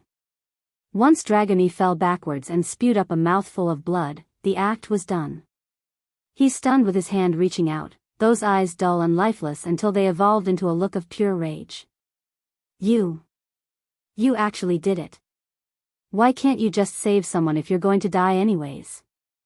You selfish and damnable being. Even if you die you will go to hell for this, never to be reborn again. Painfully cusping his own head, the old bastard behaved like the world's collapsing before his very eyes. How can this world have such a selfish person? First it was stealing my ice fruit, then it's destroying their own core, so I can't take it. Why are all demons such ruthless and damnable creatures? They all deserve to die. Dragony naturally noticed the bastard's expression and smiled in response. It's not mocking, nor ridiculing, but a very innocent and resolved one that left her eyes a blurry mess due to the tears coming out. But that was until the corner of her view noticed a panic-stricken face coming from afar. Mother, I'm sorry, I couldn't get stronger, I couldn't protect you. If there is an afterlife, I want to be your biological daughter, that way I can grow up by your side from childhood. But now, I can't accompany you anymore. Gradually closing her eyes as the heaviness took her, Dragone's breathing began to weaken and the life fading from the skin. Her appearance has grown incredibly transparent under the sun's light, making the girl look like she's about to disappear at any time. I rather die. 5. Dragone. A heart-wrenching cry echoes across the sky and causes all to look her way. The voice was filled with emotions, but more were that of pain and distress. Dragone felt a tensing ache as well after hearing the familiar note. Why now? Why did it have to be at such a time? Even if I die, I didn't want her to see me in such a sorry state. The newly arrived figure didn't take any time to lung down to the ground and sweep the dying girl off the ground. There's sadness and anger in those eyes, which swiftly manifested into a powerful burst of energy flowing out from the body and onto the ground. Bai Shechen was also here, but instead of his usual mischievous self, he merely stood behind his mother with eyes staring intently at the withered girl's face. There's no life, just like a tree that's about to fall and die. Dragone shouldn't be like this. She is always active and happy. How did things turn out like this? Did you kill my daughter? Bai Yan's cold hard gaze swept across the line of scums until it landed on the single elder responsible for this all. Immediately, the clouds boomed and a series of thundering rocked the sky. In light of the strong entrance, Senior, you didn't back down in the least. He's the disciple of the head alchemist within the Celestial Palace, a person with incredible backing and a representative of his Shifu. Regardless of the foe, he must keep face. What does it have to do with me when it's your daughter who's seeking death? The old-timer grits his teeth with burning anger in the voice, but seeing how you're indiscriminately blaming others without proper evidence, then it's no wonder she's so selfish. That brat would rather destroy her own beast core than to save my only granddaughter. Such a selfish person doesn't deserve to live in this world. As if provoked by that statement, Bai Yan suddenly started to laugh wildly, causing a ringing effect across this mountain. You're trying to take my daughter's core, that's equivalent to taking her life. I do not understand what it means to be selfless for others, but I do know that if someone shows me respect, then I will do the same. As for those who doesn't, Bai Yan will always return that favor 100-fold. Growing colder in her voice as the anger grew in kind, since you forced my daughter to die, then I will let you all pay back this blood debt with your own blood. Don't think about running away, none of you will live. Swish. In that very instant, a gush of flame rose from the ground and began to devour everything within her vicinity, leaving only a small circle free of destruction. Of the ones that managed to survive Dragone's initial burst of ice blast, many were very vigilant to begin with due to what occurred to some of them, but this time it's beyond their means to dodge or avoid. Next thing that happened were a series of ear-piercing cries of pain and pleas for mercy. Save me, Senior, you. Please save me, I don't want to die. Of the closest to the elder, the poor man that's been devoured in flame reached out with a hand for aid. Unfortunately, before those fingers could even make contact or do anything else, the flesh had already incinerated into nothingness, leaving only a pile of ash in its wake.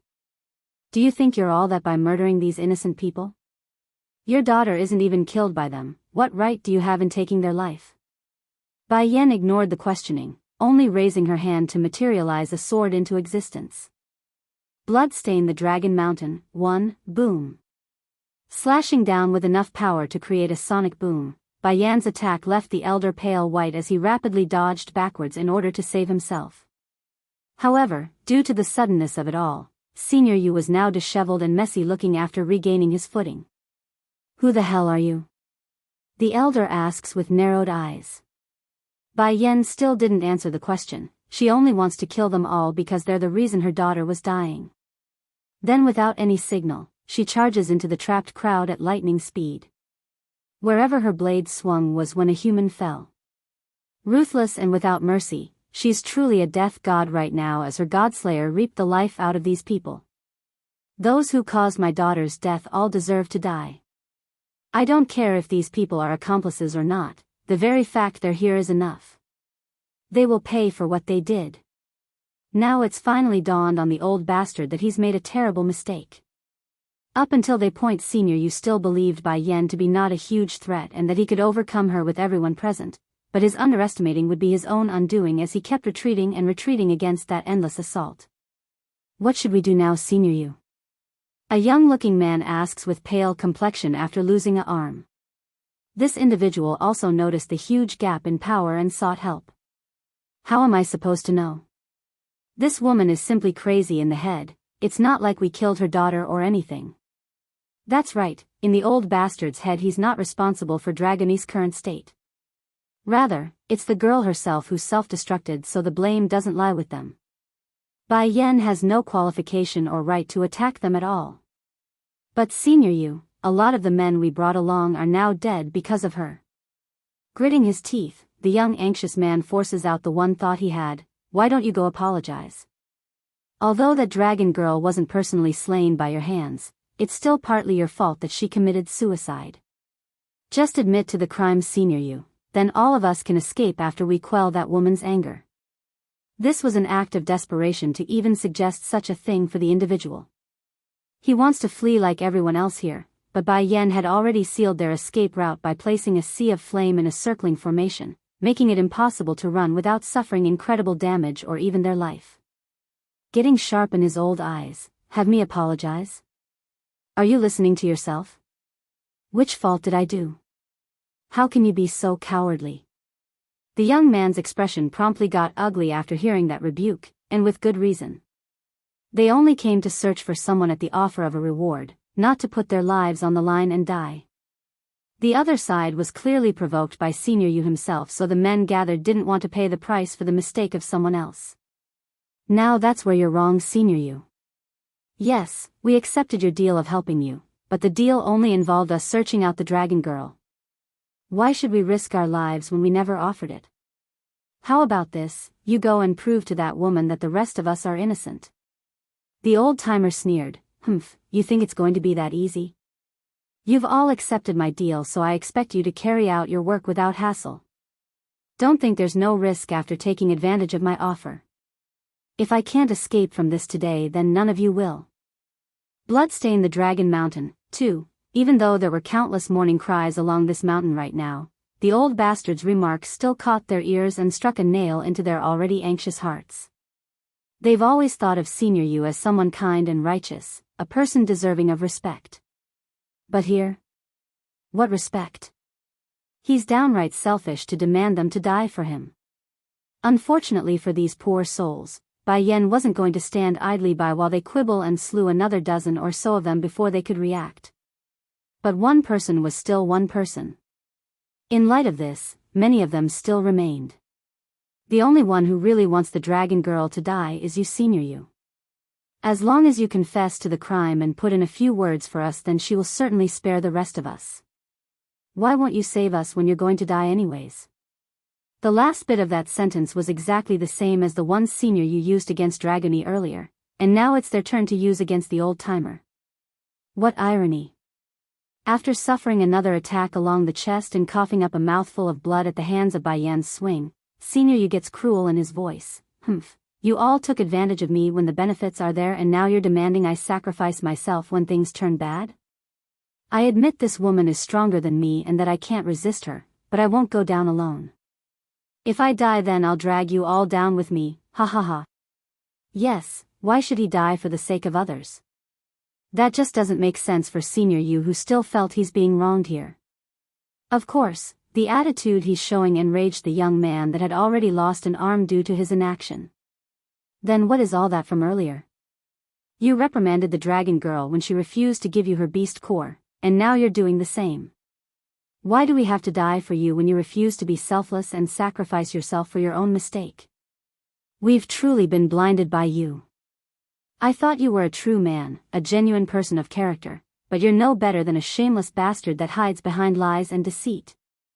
If I had known you were this kind of person, then forget about a level 13 Dan pill. I wouldn't come even if you gave me a bottle. Unfortunately for the young man who's lost an arm, there's no such thing as turning back time in this world after making a terrible mistake. Under the dreaded grayness of the dark sky hanging above this holy dragon mountain, blood stains the ground and creates a scene of carnage in its wake. Even so, this could never elevate the pain suffered by the mother who's lost a daughter today. Senior Yu's expression turns mad crazy, revealing a wild laugh as he yelled out his last will. I am the head alchemist's disciple. Killing me won't save you, woman. After the celestial palace gets wind of what happened here today, you and your family will all die, ha ha ha. Bloodstained the Dragon Mountain. 3. Senior Yu closes those eyes slightly and held a snickering sneer along his face. He's aware the end for him has come, and the only baggage he has left to worry about would be his one and only granddaughter. Bai Yen continued to act like she's deaf to the threat. Swinging her blade, she slashes down to give a lethal blow to the old-timer across the chest, thus sealing his fate. From start to end, she's never let Dragony down from her arms like a sleeping princess. One being she couldn't bear to let the girl go. The second was that satisfied smile there. It's killing Bai Yen knowing her daughter was smiling because she came but was too late to save her. Mother, Dragony won't die, right? She won't die. Bai Shechen crouches down on the ground, his eyes tearing up as he muttered this out. Mother, you must have a way to save her. As much as the woman wanted to say yes, she couldn't, she just couldn't. Hanging her head down in a displaced and guilty fashion, if I had come a little earlier than I might have, this is my fault for not coming faster. It's not like Bai Yen wasn't trying to come up with a method, but the core of a demon was equivalent to their life. By self-destructing it was the same as committing suicide, and that's exactly what Dragony did there to herself. Knowing that fact, the hurting mother did something she's never done before, and as it so happens, that action was caught by the steam bun who looked up after noticing the behavior. Mother, is crying? Those bastards not only killed Dragony, they also made Mother cry. Promptly, a surge of monstrous killing intent pours out from the young boy's body, his face hard and serious like never before seen. Haha. Senior Yu saw the results of his deed and coughed up a weak laugh but sarcastic laugh. Even if you kill me, your daughter won't be coming back to life. Such a selfish person, she deserves such a ending. Boom. Unable to hold back her rage, Bai Yen suddenly turns to the dying elder and swung her Godslayer again. This time instead of across the chest, it's to dismember his arm entirely from the main body. A fountain of blood spewed out as a result. What? You want to kill me because you're angry? Then go ahead, kill me. No matter what, my Shifu will definitely come avenge me, haha. Truth was this mocking attitude was a deliberate attempt by the dying man to get his end faster. He's afraid the woman across from himself would try something else like torture. By then dying would be an act of mercy. Unfortunately, Senior Yu thought too lowly of Bai Yen still. From start to finish, this demon queen has never intended to let the old-timer off easy. She may have sealed the man's physical body's fate, but that doesn't mean she would let his soul off the hook. What did my daughter do to deserve this fate? She's always been well-behaved and sensible, never going out of her way to cause trouble. Smiling with a bone-numbing chill, Bai Yan's face would bring shudder to anyone who meets it. She may be a demon, but a life is a life. What right do you have to take someone else's life? Swish. Without hesitation, Bai Yen throws a stabbing motion out with her blade, piercing right through Senior Yu's chest and out his back. You forced my daughter to her death. For that, I will make sure you suffer a fate worse than death. Her voice resonated with power at this moment, like a vow to heaven's rule. The method to save her, 1, looks like this woman is just all talk with that foul mouth of hers. In the end she still stabbed me with her sword. Now I can move on and not suffer so much. However, Senior Yu soon realizes his momentary relief was short-lived after jinxing it. Next thing he knew was the woman reaching up to his forehead with a hand and made a gripping motion. Before he could tell what's happening, a difficult and indescribable pain shocked his soul like it's being ripped from his body. When he finally returned to his senses after a long while of being in a dazed state, what welcomed his eyes were the body of himself. To be exact, the dead version of himself with rolled eyes sprawled along the floor. As for the current him, he's merely floating there in the air like a transparent ghost. You, what did you do to me? Pop. Unable to say more, a flame suddenly took to life underneath himself and engulfing his ghost soul in the process. Senior Yu thought he experienced pain before already, but this torturous sensation was beyond anything he could ever imagine. There's no way to describe it, simply soul-reaching and causing his mind to go insane. I said it, you hurt my daughter, so I'll make your fate worse than death. Holding the cold body of the girl in her arms even tighter than before, Bayan's pained face told everyone she didn't feel any better after doing the deed. Not in the slightest. Why did it have to be like this? Avenging Dragony won't bring her back. Why did I have to be late? Crouching to the ground at the thought of her own failure, the crying mother wanted to use her own body's warmth to change reality. But try as she might, it's futile, causing the scene to appear even more lonely and sad. Exactly then, a grieving voice abruptly cuts through this silence, followed shortly by the clear sound of another belonging to a young man's. Molly, Piggy, why are you running so fast? Where are you going? Wait for. Yet the person couldn't finish his sentence because he could see the familiar figure crouching on the ground and silently weeping. What's going on? Why do I feel so hurt when seeing this picture, and so familiar as well? It's like I know someone similar and ached for them too. Ah. I can't remember. Flying over with great speed by flapping his little wings, Molly the piggy practically threw himself in front of the girls with a tearful face. He howled out in pain and retaliation at the heavens for taking Dragony's life. Dragony, woohoo, reaching out with his pig trotters to poke at the dead girl's face in hopes of getting a reaction, the poor thing kept shaking his head in denial after getting none. Queen Mother, what happened to Dragony? Is she dead? Covering her own eyes, Bai Yan didn't want others to see her crying face, nor did she ask why Mo Li Shang the young man and his companion the winged piggy was here. She simply wasn't in the mood for that. The method to save her, too, Yen. Mo Li Shang found his heart pumping with heartache after finding the woman's tearful face. Did I come too late? If me and Molly, Piggy, had come earlier, then perhaps we could have helped. That way Yen wouldn't be so sad. It's not your fault, Shan. Bai Yan shook her head before gradually coming back up. It's my fault for not protecting Dragony properly. It's because of me. 1,000 years ago many of her closest family and friends left her, and 1,000 years later the same tragedy ensues. The cause of all this? The Celestial Palace. Showing an angry face of vicious nature, the woman vows to herself, I will make them all pay, make them pay for all they've done to me. The winged piggy continued to sob though. Queen Mother, please save Dragony, woohoo, please save her. I'm sorry, but not even I can repair a destroyed core. I don't know how. For the first time in her life, Bai Yan felt useless and weak because she couldn't save her own daughter.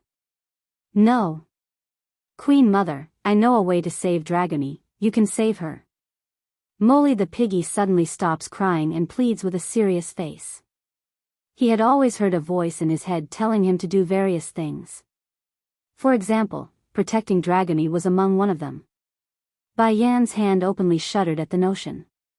Hurrying to grab the piggy with her free hand, the woman's eye was flaring with hope. Is it true? What you say is true. I can save Dragony? Tell me now, how do I save her? As long as she's able to save Dragony, then she would do anything and try anything. Dragony seems to have ate something called the ice fruit. Molly the little piggy appears bewildered in the face for some reason. You absorbed the essence blood of your husband the Demon King and integrated it with your own. That means your blood carries a certain level of his power. By infusing your blood with the ice fruit inside her body, it can then restore Dragony's demon core. Mother. Bai Shechen cries out after hearing there's hope. Does that mean my blood will work too? He wants to save Dragony as much as anyone else, so he's more than willing to use his own blood. Furthermore, the steam bun doesn't want his mother to shed her blood specifically. Shaking his piggy head, I don't know, but I have a voice in my head telling me it must be Queen Mother's blood. Your voice? Bai Yan locked onto that key piece of detail and frowned. Nodding his piggy head, back when I first saw Dragony, the voice in my head told me I must exhaust my life to protect her. Afterwards it disappeared, only coming back out again at this moment. What? So you weren't joking around with me when you first said there's a voice? Mo Li Shang the young lad exclaims, his face full of shock. A while back his companion the winged piggy already mentioned this key fact with him, but the young man only took it as a joke and left it at that. To think it's real. The method to save her. 3. I'm not lying, I'm really not lying. Molly the winged piggy gets all anxious in the face after noticing the doubt coming his eye. Tearing up like a child, Queen Mother, you have to save her, only you can save her. Bai Yen did not respond right away, only slowly crouching down with the girl in her arm while caressing Dragonie's increasingly deathly face. There's true warmth in her face as she muttered what's in her heart. Dragonie, from the time I decided to take you and I have always thought of you as my daughter. No matter what happens or the price, I will bring you back. Even if that means going to hell and dragging your soul back into this world, nothing will stop me. Bai Shechen's little heart openly shuddered at the idea of going to hell. Tugging at the woman's sleeve, Mother, Shechen, you don't want to save Dragonie? Bai Yen stares at her son, that voice gentle but winded due to the emotions coming forward. Shaking his head, Dragonie is my family, so of course I want to save her, but I want to try first. If my blood is useless then we can try yours, Mother. If it works then Mother won't have to get hurt. Shechen, I'm sorry but if Molly insists on it being me then there must be a reason. Why waste your blood? Giving her boy a ruffle along the head, listen to me, I must save her. As distressed as he was, the steam bun knew his argument was lost in this case. Biting those lips, he frustratingly lets go of Bai Yan's sleeve and accept the situation. If only I can be a little stronger, then I can protect Mother and Dragonie instead of letting them get hurt. Bai Yen saw the feeling of her boy and the guilt he felt. Normally she would console him and say it's okay, but those words are pointless now and she knew it. Without another word, the woman pulls out a blade and draws a small line across the finger, thus allowing the golden fluid to trickle down to her daughter's cheek. Perhaps this was too much for Bai Yen because her complexion instantly went white. In the end the woman had to lean in against her son for support, otherwise she might have fell backwards over then. Unfortunately, the one drop wasn't nearly enough and forced the woman to press out a second one. Finally, exuding a dreadfully vast amount of frost from the body, Dragonie's soul stirred but not in a good way. What's going on here? Bai Yen collapsed after nearly losing consciousness. It took her a good moment to regain her composure, but when she did the following scene sent her into a panicking state due to it not working as she thought. Molly cries out as well, I don't know. The voice in my head tells me this is what we need to save her. Queen Mother, did we hurt Dragonie, woo-woo? The method to save her. 4. Dragonie, don't be afraid, Mother is here by your side. Bai Yen murmurs this after forcing herself to calm down. She was afraid and panicked there for a second, but she also believes Molly wouldn't lie so it's going to be alright. Mother, Bai Shechen's eyes lit up then after noticing something crucial, Dragonie is breathing again. It's at this moment a faint movement could be seen from the girl's chest, indicating she's alive again. Though weak and small, life has returned. Nearly having her heart jump out from excitement, Bai Yen hugs the girl in her arms even harder, hoping the physical contact would accelerate the recovery. Dragonie, Mother will never let you go again, nor will I let anyone hurt you again. Such pain, she couldn't bear it a second time, not ever. As if to answer the good news, the dark clouds that has covered the area above their heads also dispersed, revealing the bright blueness and the warm sun in the sky. Wanting to join in on the embrace, the steam bun also crouched down to hug the girls. Mother, I promise I will get stronger and protect Dragonie, I won't let anyone hurt at all. Even though the boy remains young in his age, but the face was firm and strong.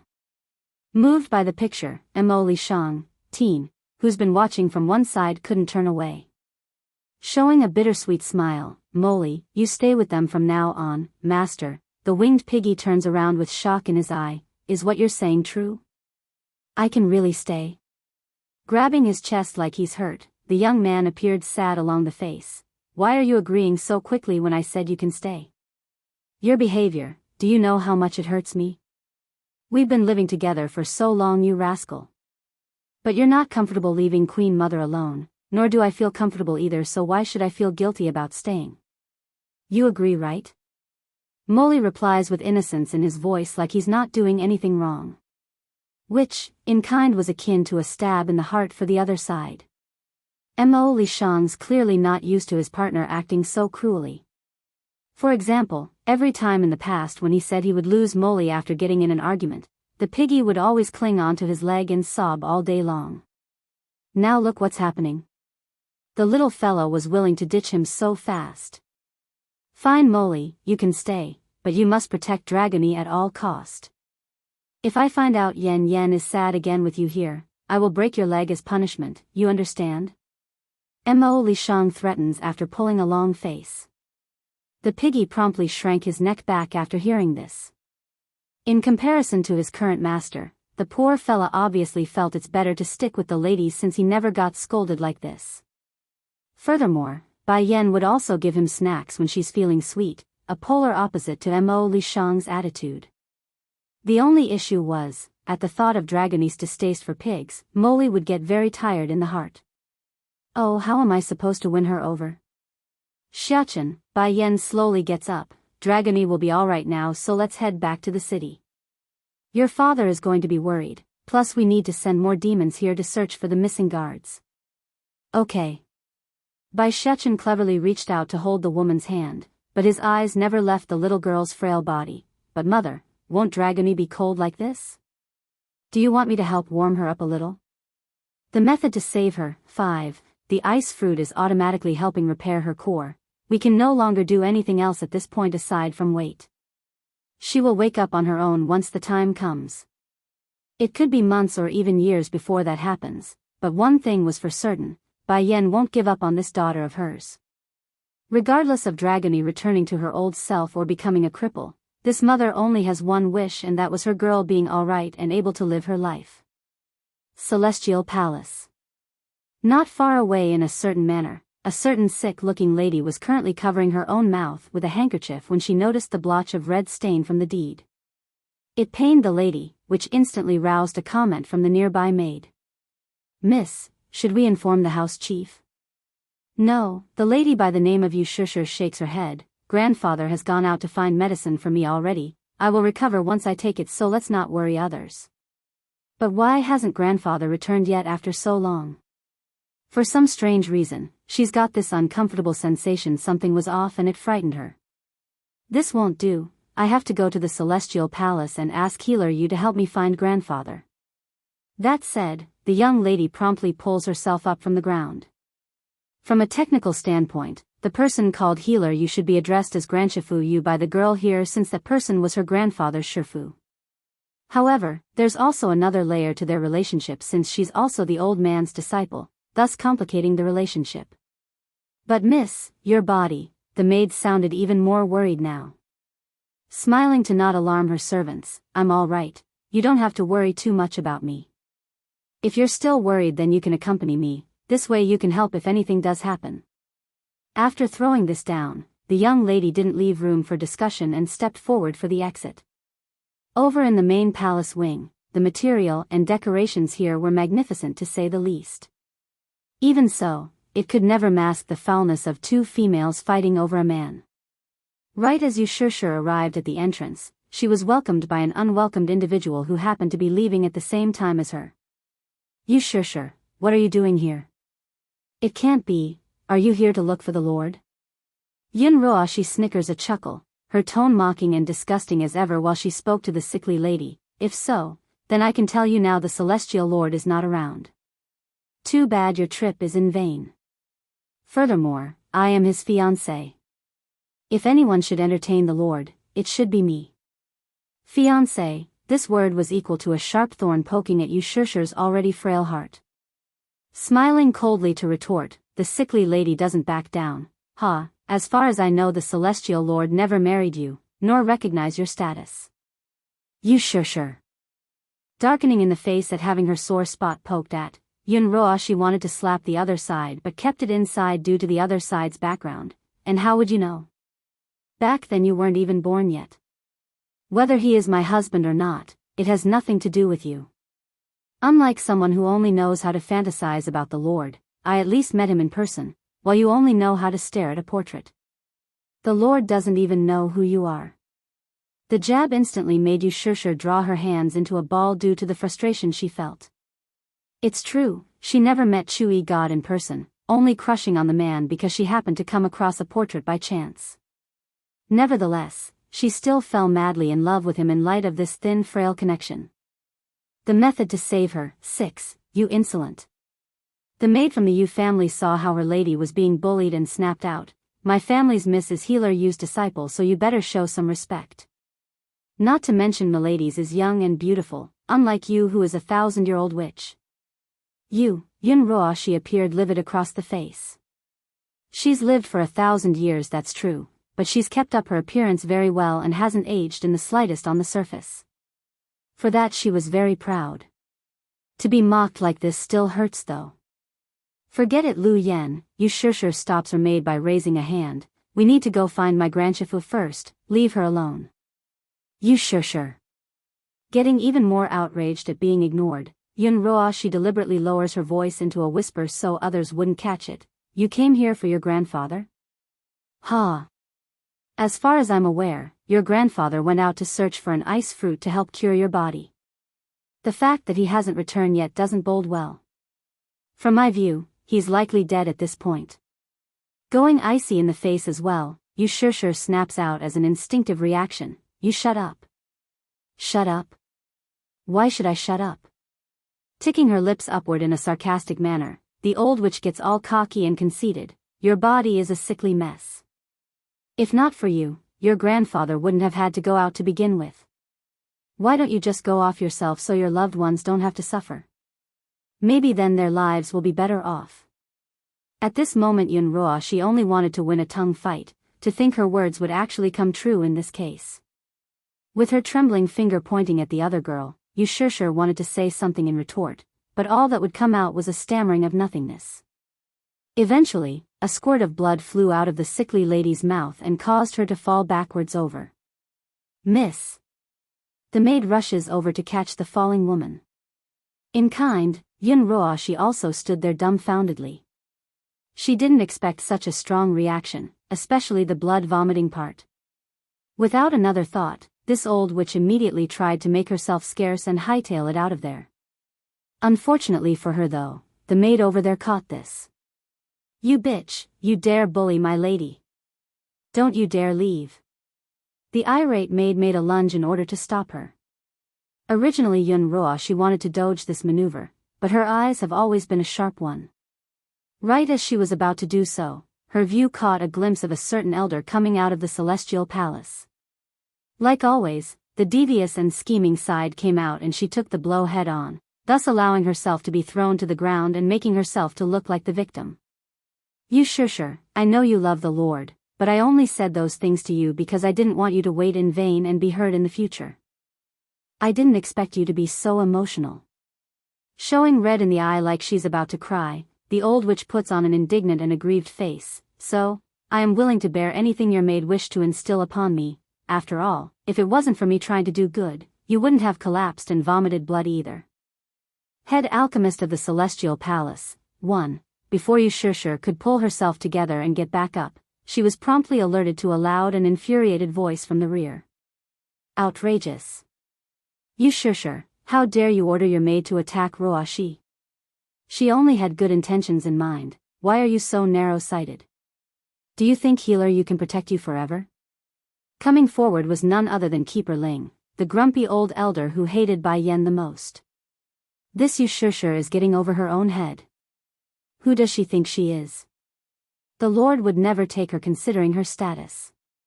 And because of her own small heart, she's blaming Roshi for her own sickness? Ridiculous, absolutely ridiculous. I didn't. You sure falls into a panic at the outcry.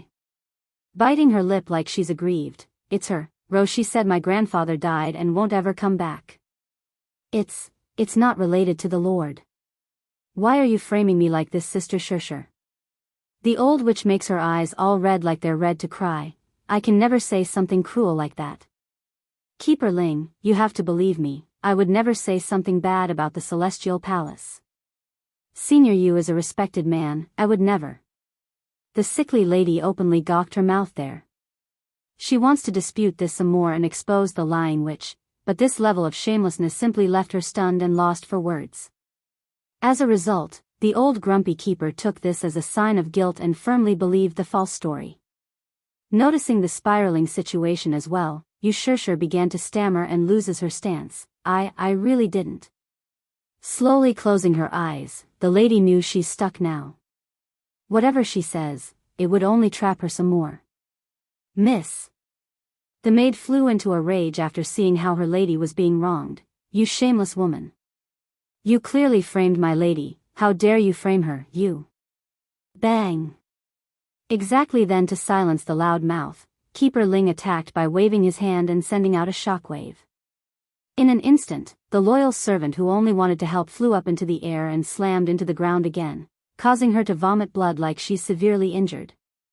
Quick, go find Healer you, only he can save the miss. Another maid who has kept quiet until now cried out to her peers, who promptly rushed into the palace for help. Lu Yen. Yushur cries out, her eyes burning with frustration and anger at having her friend hurt. Keeper Ling, my grandshifu is the head alchemist of the Celestial Palace.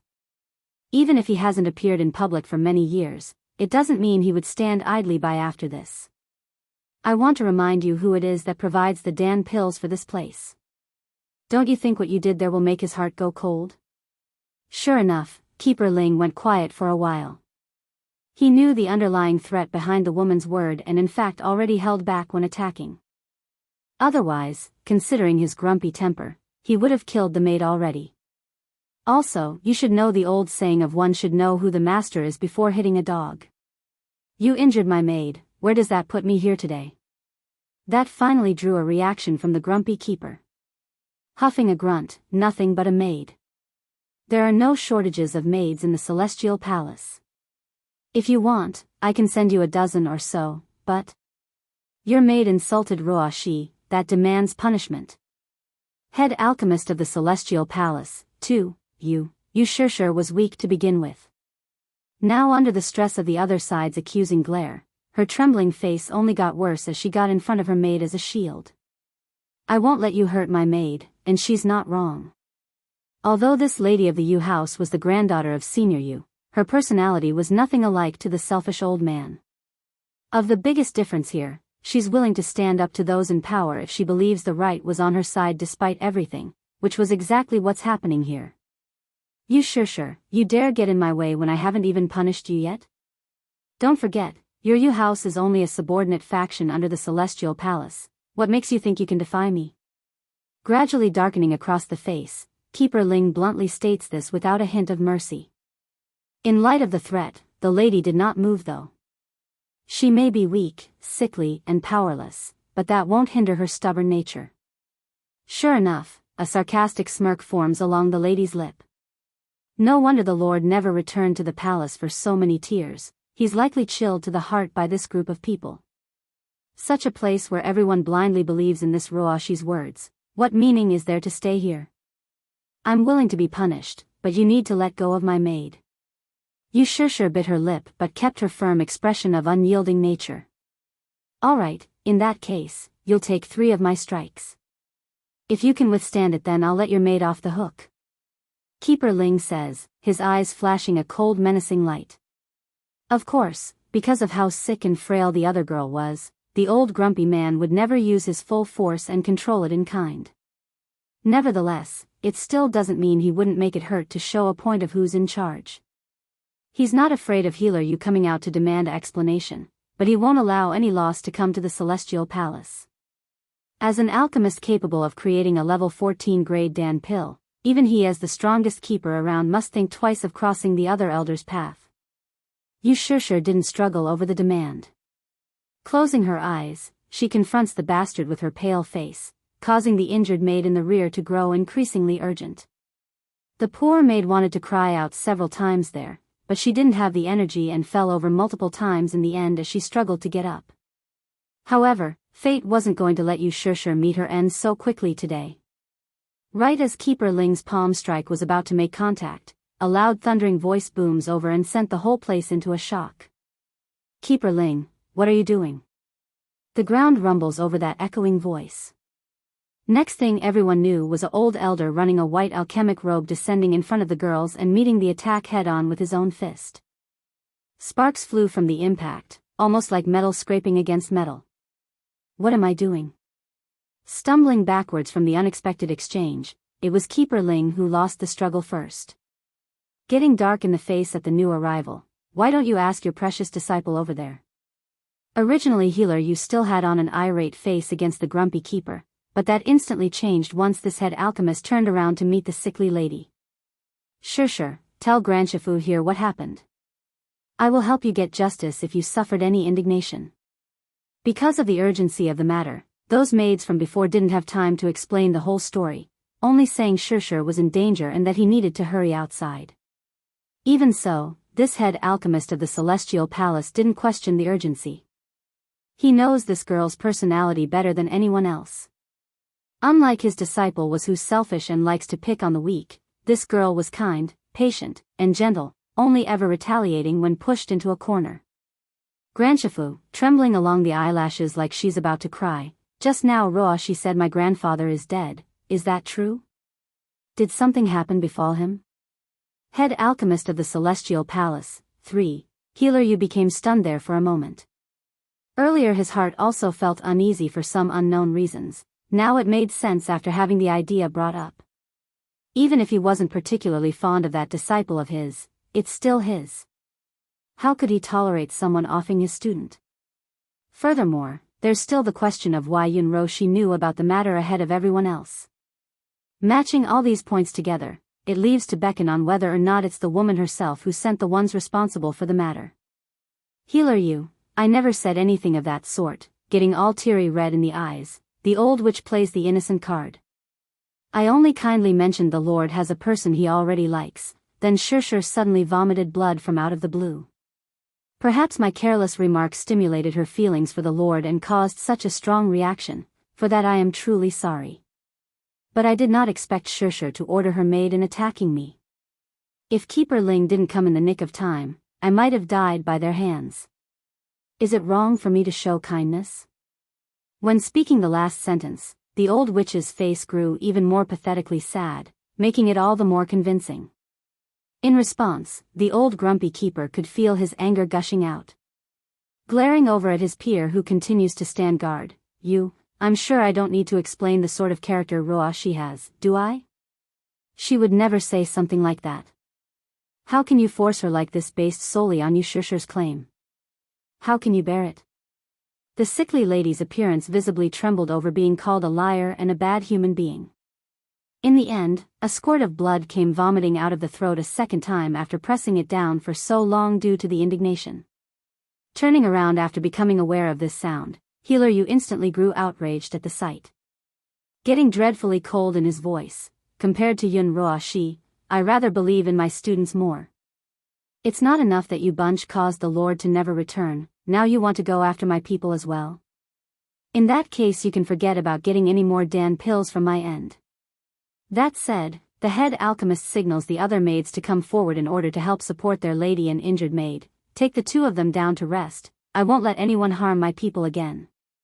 Also, tell the other keepers here that I won't be supplying any more of my 14th grade products to the Celestial Palace, you can look elsewhere. The logic behind Healer Yu's maneuver was simple. If he's going to provide for these ungrateful bastards then why not spend it on Sure who has been so good to him? At least this way he could put a foot down so they won't think about kicking him aside after their wings grow hard. Keeper Ling's expression visibly contorted into a mess there.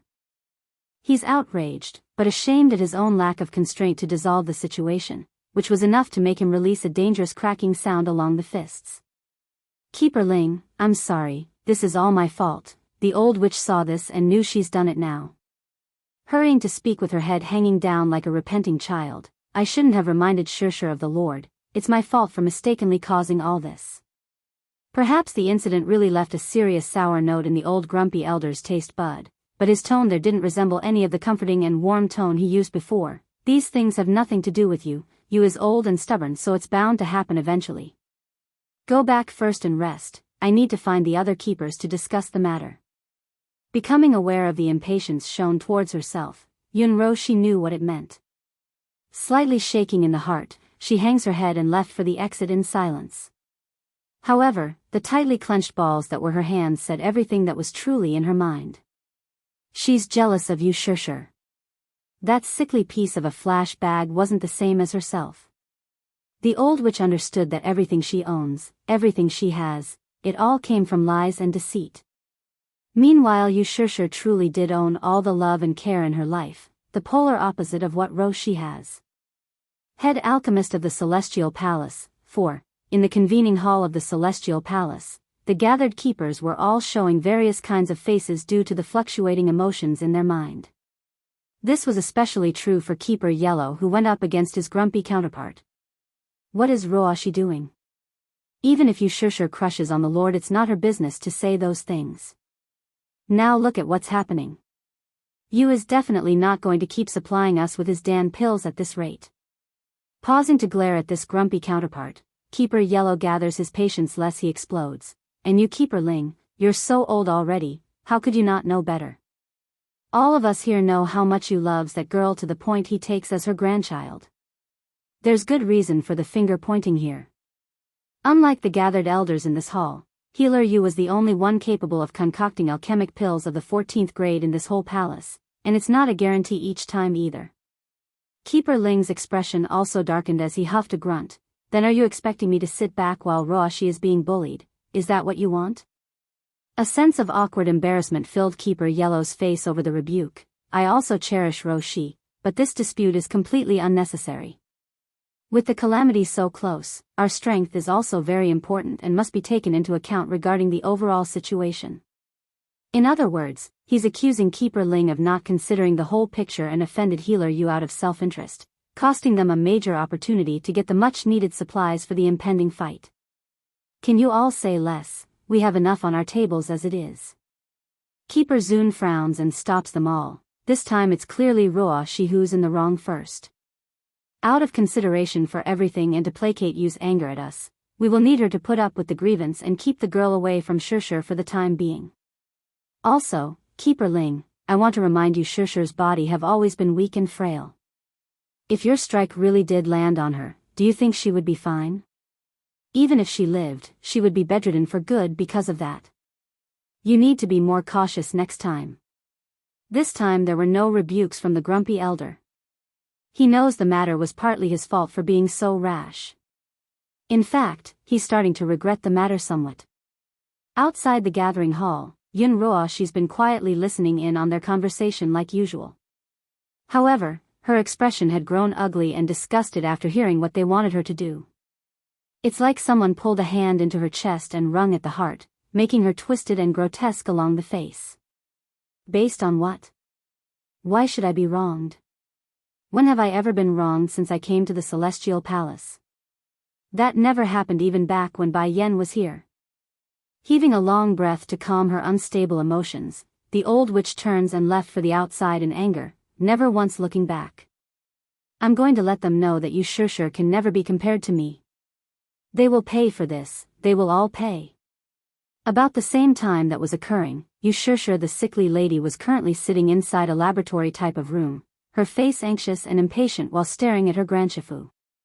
Head alchemist of the Celestial Palace. 5. Half a ring later, Healer Yu finally opens his eyes and revealed a somewhat pale complexion along with a layer of sweat covering that forehead.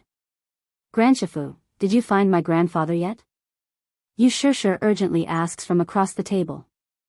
No answer came, only silence and a pair of clenched fists from the exhausted elder. Please tell me, did something happen? Now getting even more worried, the sickly lady started sobbing uncontrollably. Don't worry, I can bear the truth. A faint sigh comes out of Healer Yu's mouth at this scene, his old eyes filled with grief. Your grandfather, he's gone. Boom. Like a sunny day suddenly being covered in darkness, Yu Shusher's body collapsed and nearly took to the ground. The only reason the lady didn't was thanks to the wall from behind, keeping her back straight and not breaking apart. How did this happen? How could something have happened to grandfather? He promised to come back quickly. I won't believe it, I won't. As she shook her head, tears continued to roll, thus making the picture all the more heartbreaking. I don't believe it. Grandfather is so powerful, who else in the world can kill him? Yun Roashi. Yu Shusher suddenly glared upwards with veins showing in those eyes. it must be Yun Ruoshi. She must have killed my grandfather. It must be her. Yun Ruoshi? Healer Yu's expression deepened into a frown. She doesn't have that ability. No, the lady shakes her head to refute the denial. I accidentally came across her with a very powerful individual before. The person looks like a demon. Furthermore, how could she have known about grandfather's death without us being aware of it first? She must have done it. A burning fire resembling hatred now filled the sickly lady's face. That's right, it must be Yun Ruoshi who ordered that demon. It must be her who's behind all this. Healer Yu's eyes narrowed in as well. Are you absolutely sure about this? I saw it with my own eyes. She called that demon Winger. It must be that demon who killed my grandfather at her order. In this world, the most important person for this sickly lady was her grandfather and grandshifu. Now that she's lost one of them, a dark side that has never seen the light of day has come forward in the girl. We will leave it at that for now. Sure. The first priority is to locate your grandfather's last known location before his death. After we retrieve his body, then we can settle the debt with that Yun Ruoshi. Getting ugly as well along the face, Healer Yu growled viciously at what has befallen his disciple. If it really is that old woman, then I won't let her go for this. Bai Yen naturally wouldn't know about that incident within the Celestial Palace. Truly, she accounted for a lot of things, but never for someone else taking the blame for her own actions like killing Senior Yu. As the old saying goes, trouble comes from the tongue, and that's exactly what occurred here for Yun Ruoshi, who got too talkative.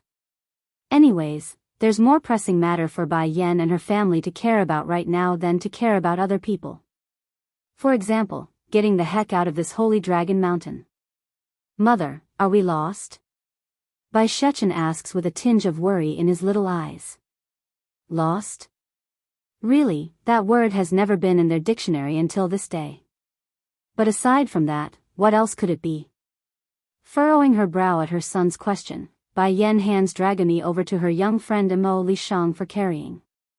After that's done, she immediately flew into the air to scan the area. To the woman's surprise though, the base of the mountain remains nowhere in sight despite the greater height she's taken, which was very abnormal. How does it look, mother? The steambun shouts up from the ground, his eyes eager to get out of here. Is there a way to leave? Head alchemist of the Celestial Palace, 6. Something fishy is going on with this holy dragon mountain. When we came it only took us half a day to traverse the landscape, yet we can't make it down to the base after walking for a full day. I suspect we've activated some sort of trap along the way. Bai Yen explains after musing over the situation. There are countless traps and illusionary spells placed along the place, yet she's never seen anything like them before. Whether it be from theoretical standpoint, or their makeup, it's very different from the modern-day style she uses. Shechen, are you worried? She asked out of fear for her boy panicking. I am not, mother. As long as I'm with you, then I'm happy. Bai Shechen shakes his little head and defuse the idea. Ruffling the boy's hair with a smile, all right Shechen, we will definitely leave this place. This child is always so intimate and sensible, like a burning warmth in my heart. But Yen, what is wrong with this place? Why can't we get out of this place? Mo Li Shang, the young friend, scratches the back of his head in confusion. For the time being I can't figure out the cause either, pausing to furrow her brow. Regardless of the issue, we will eventually find out the reasoning, I'm sure of it. Okay. Nodding with a firm belief in the other side, the young man doesn't sound worried after that reassurance.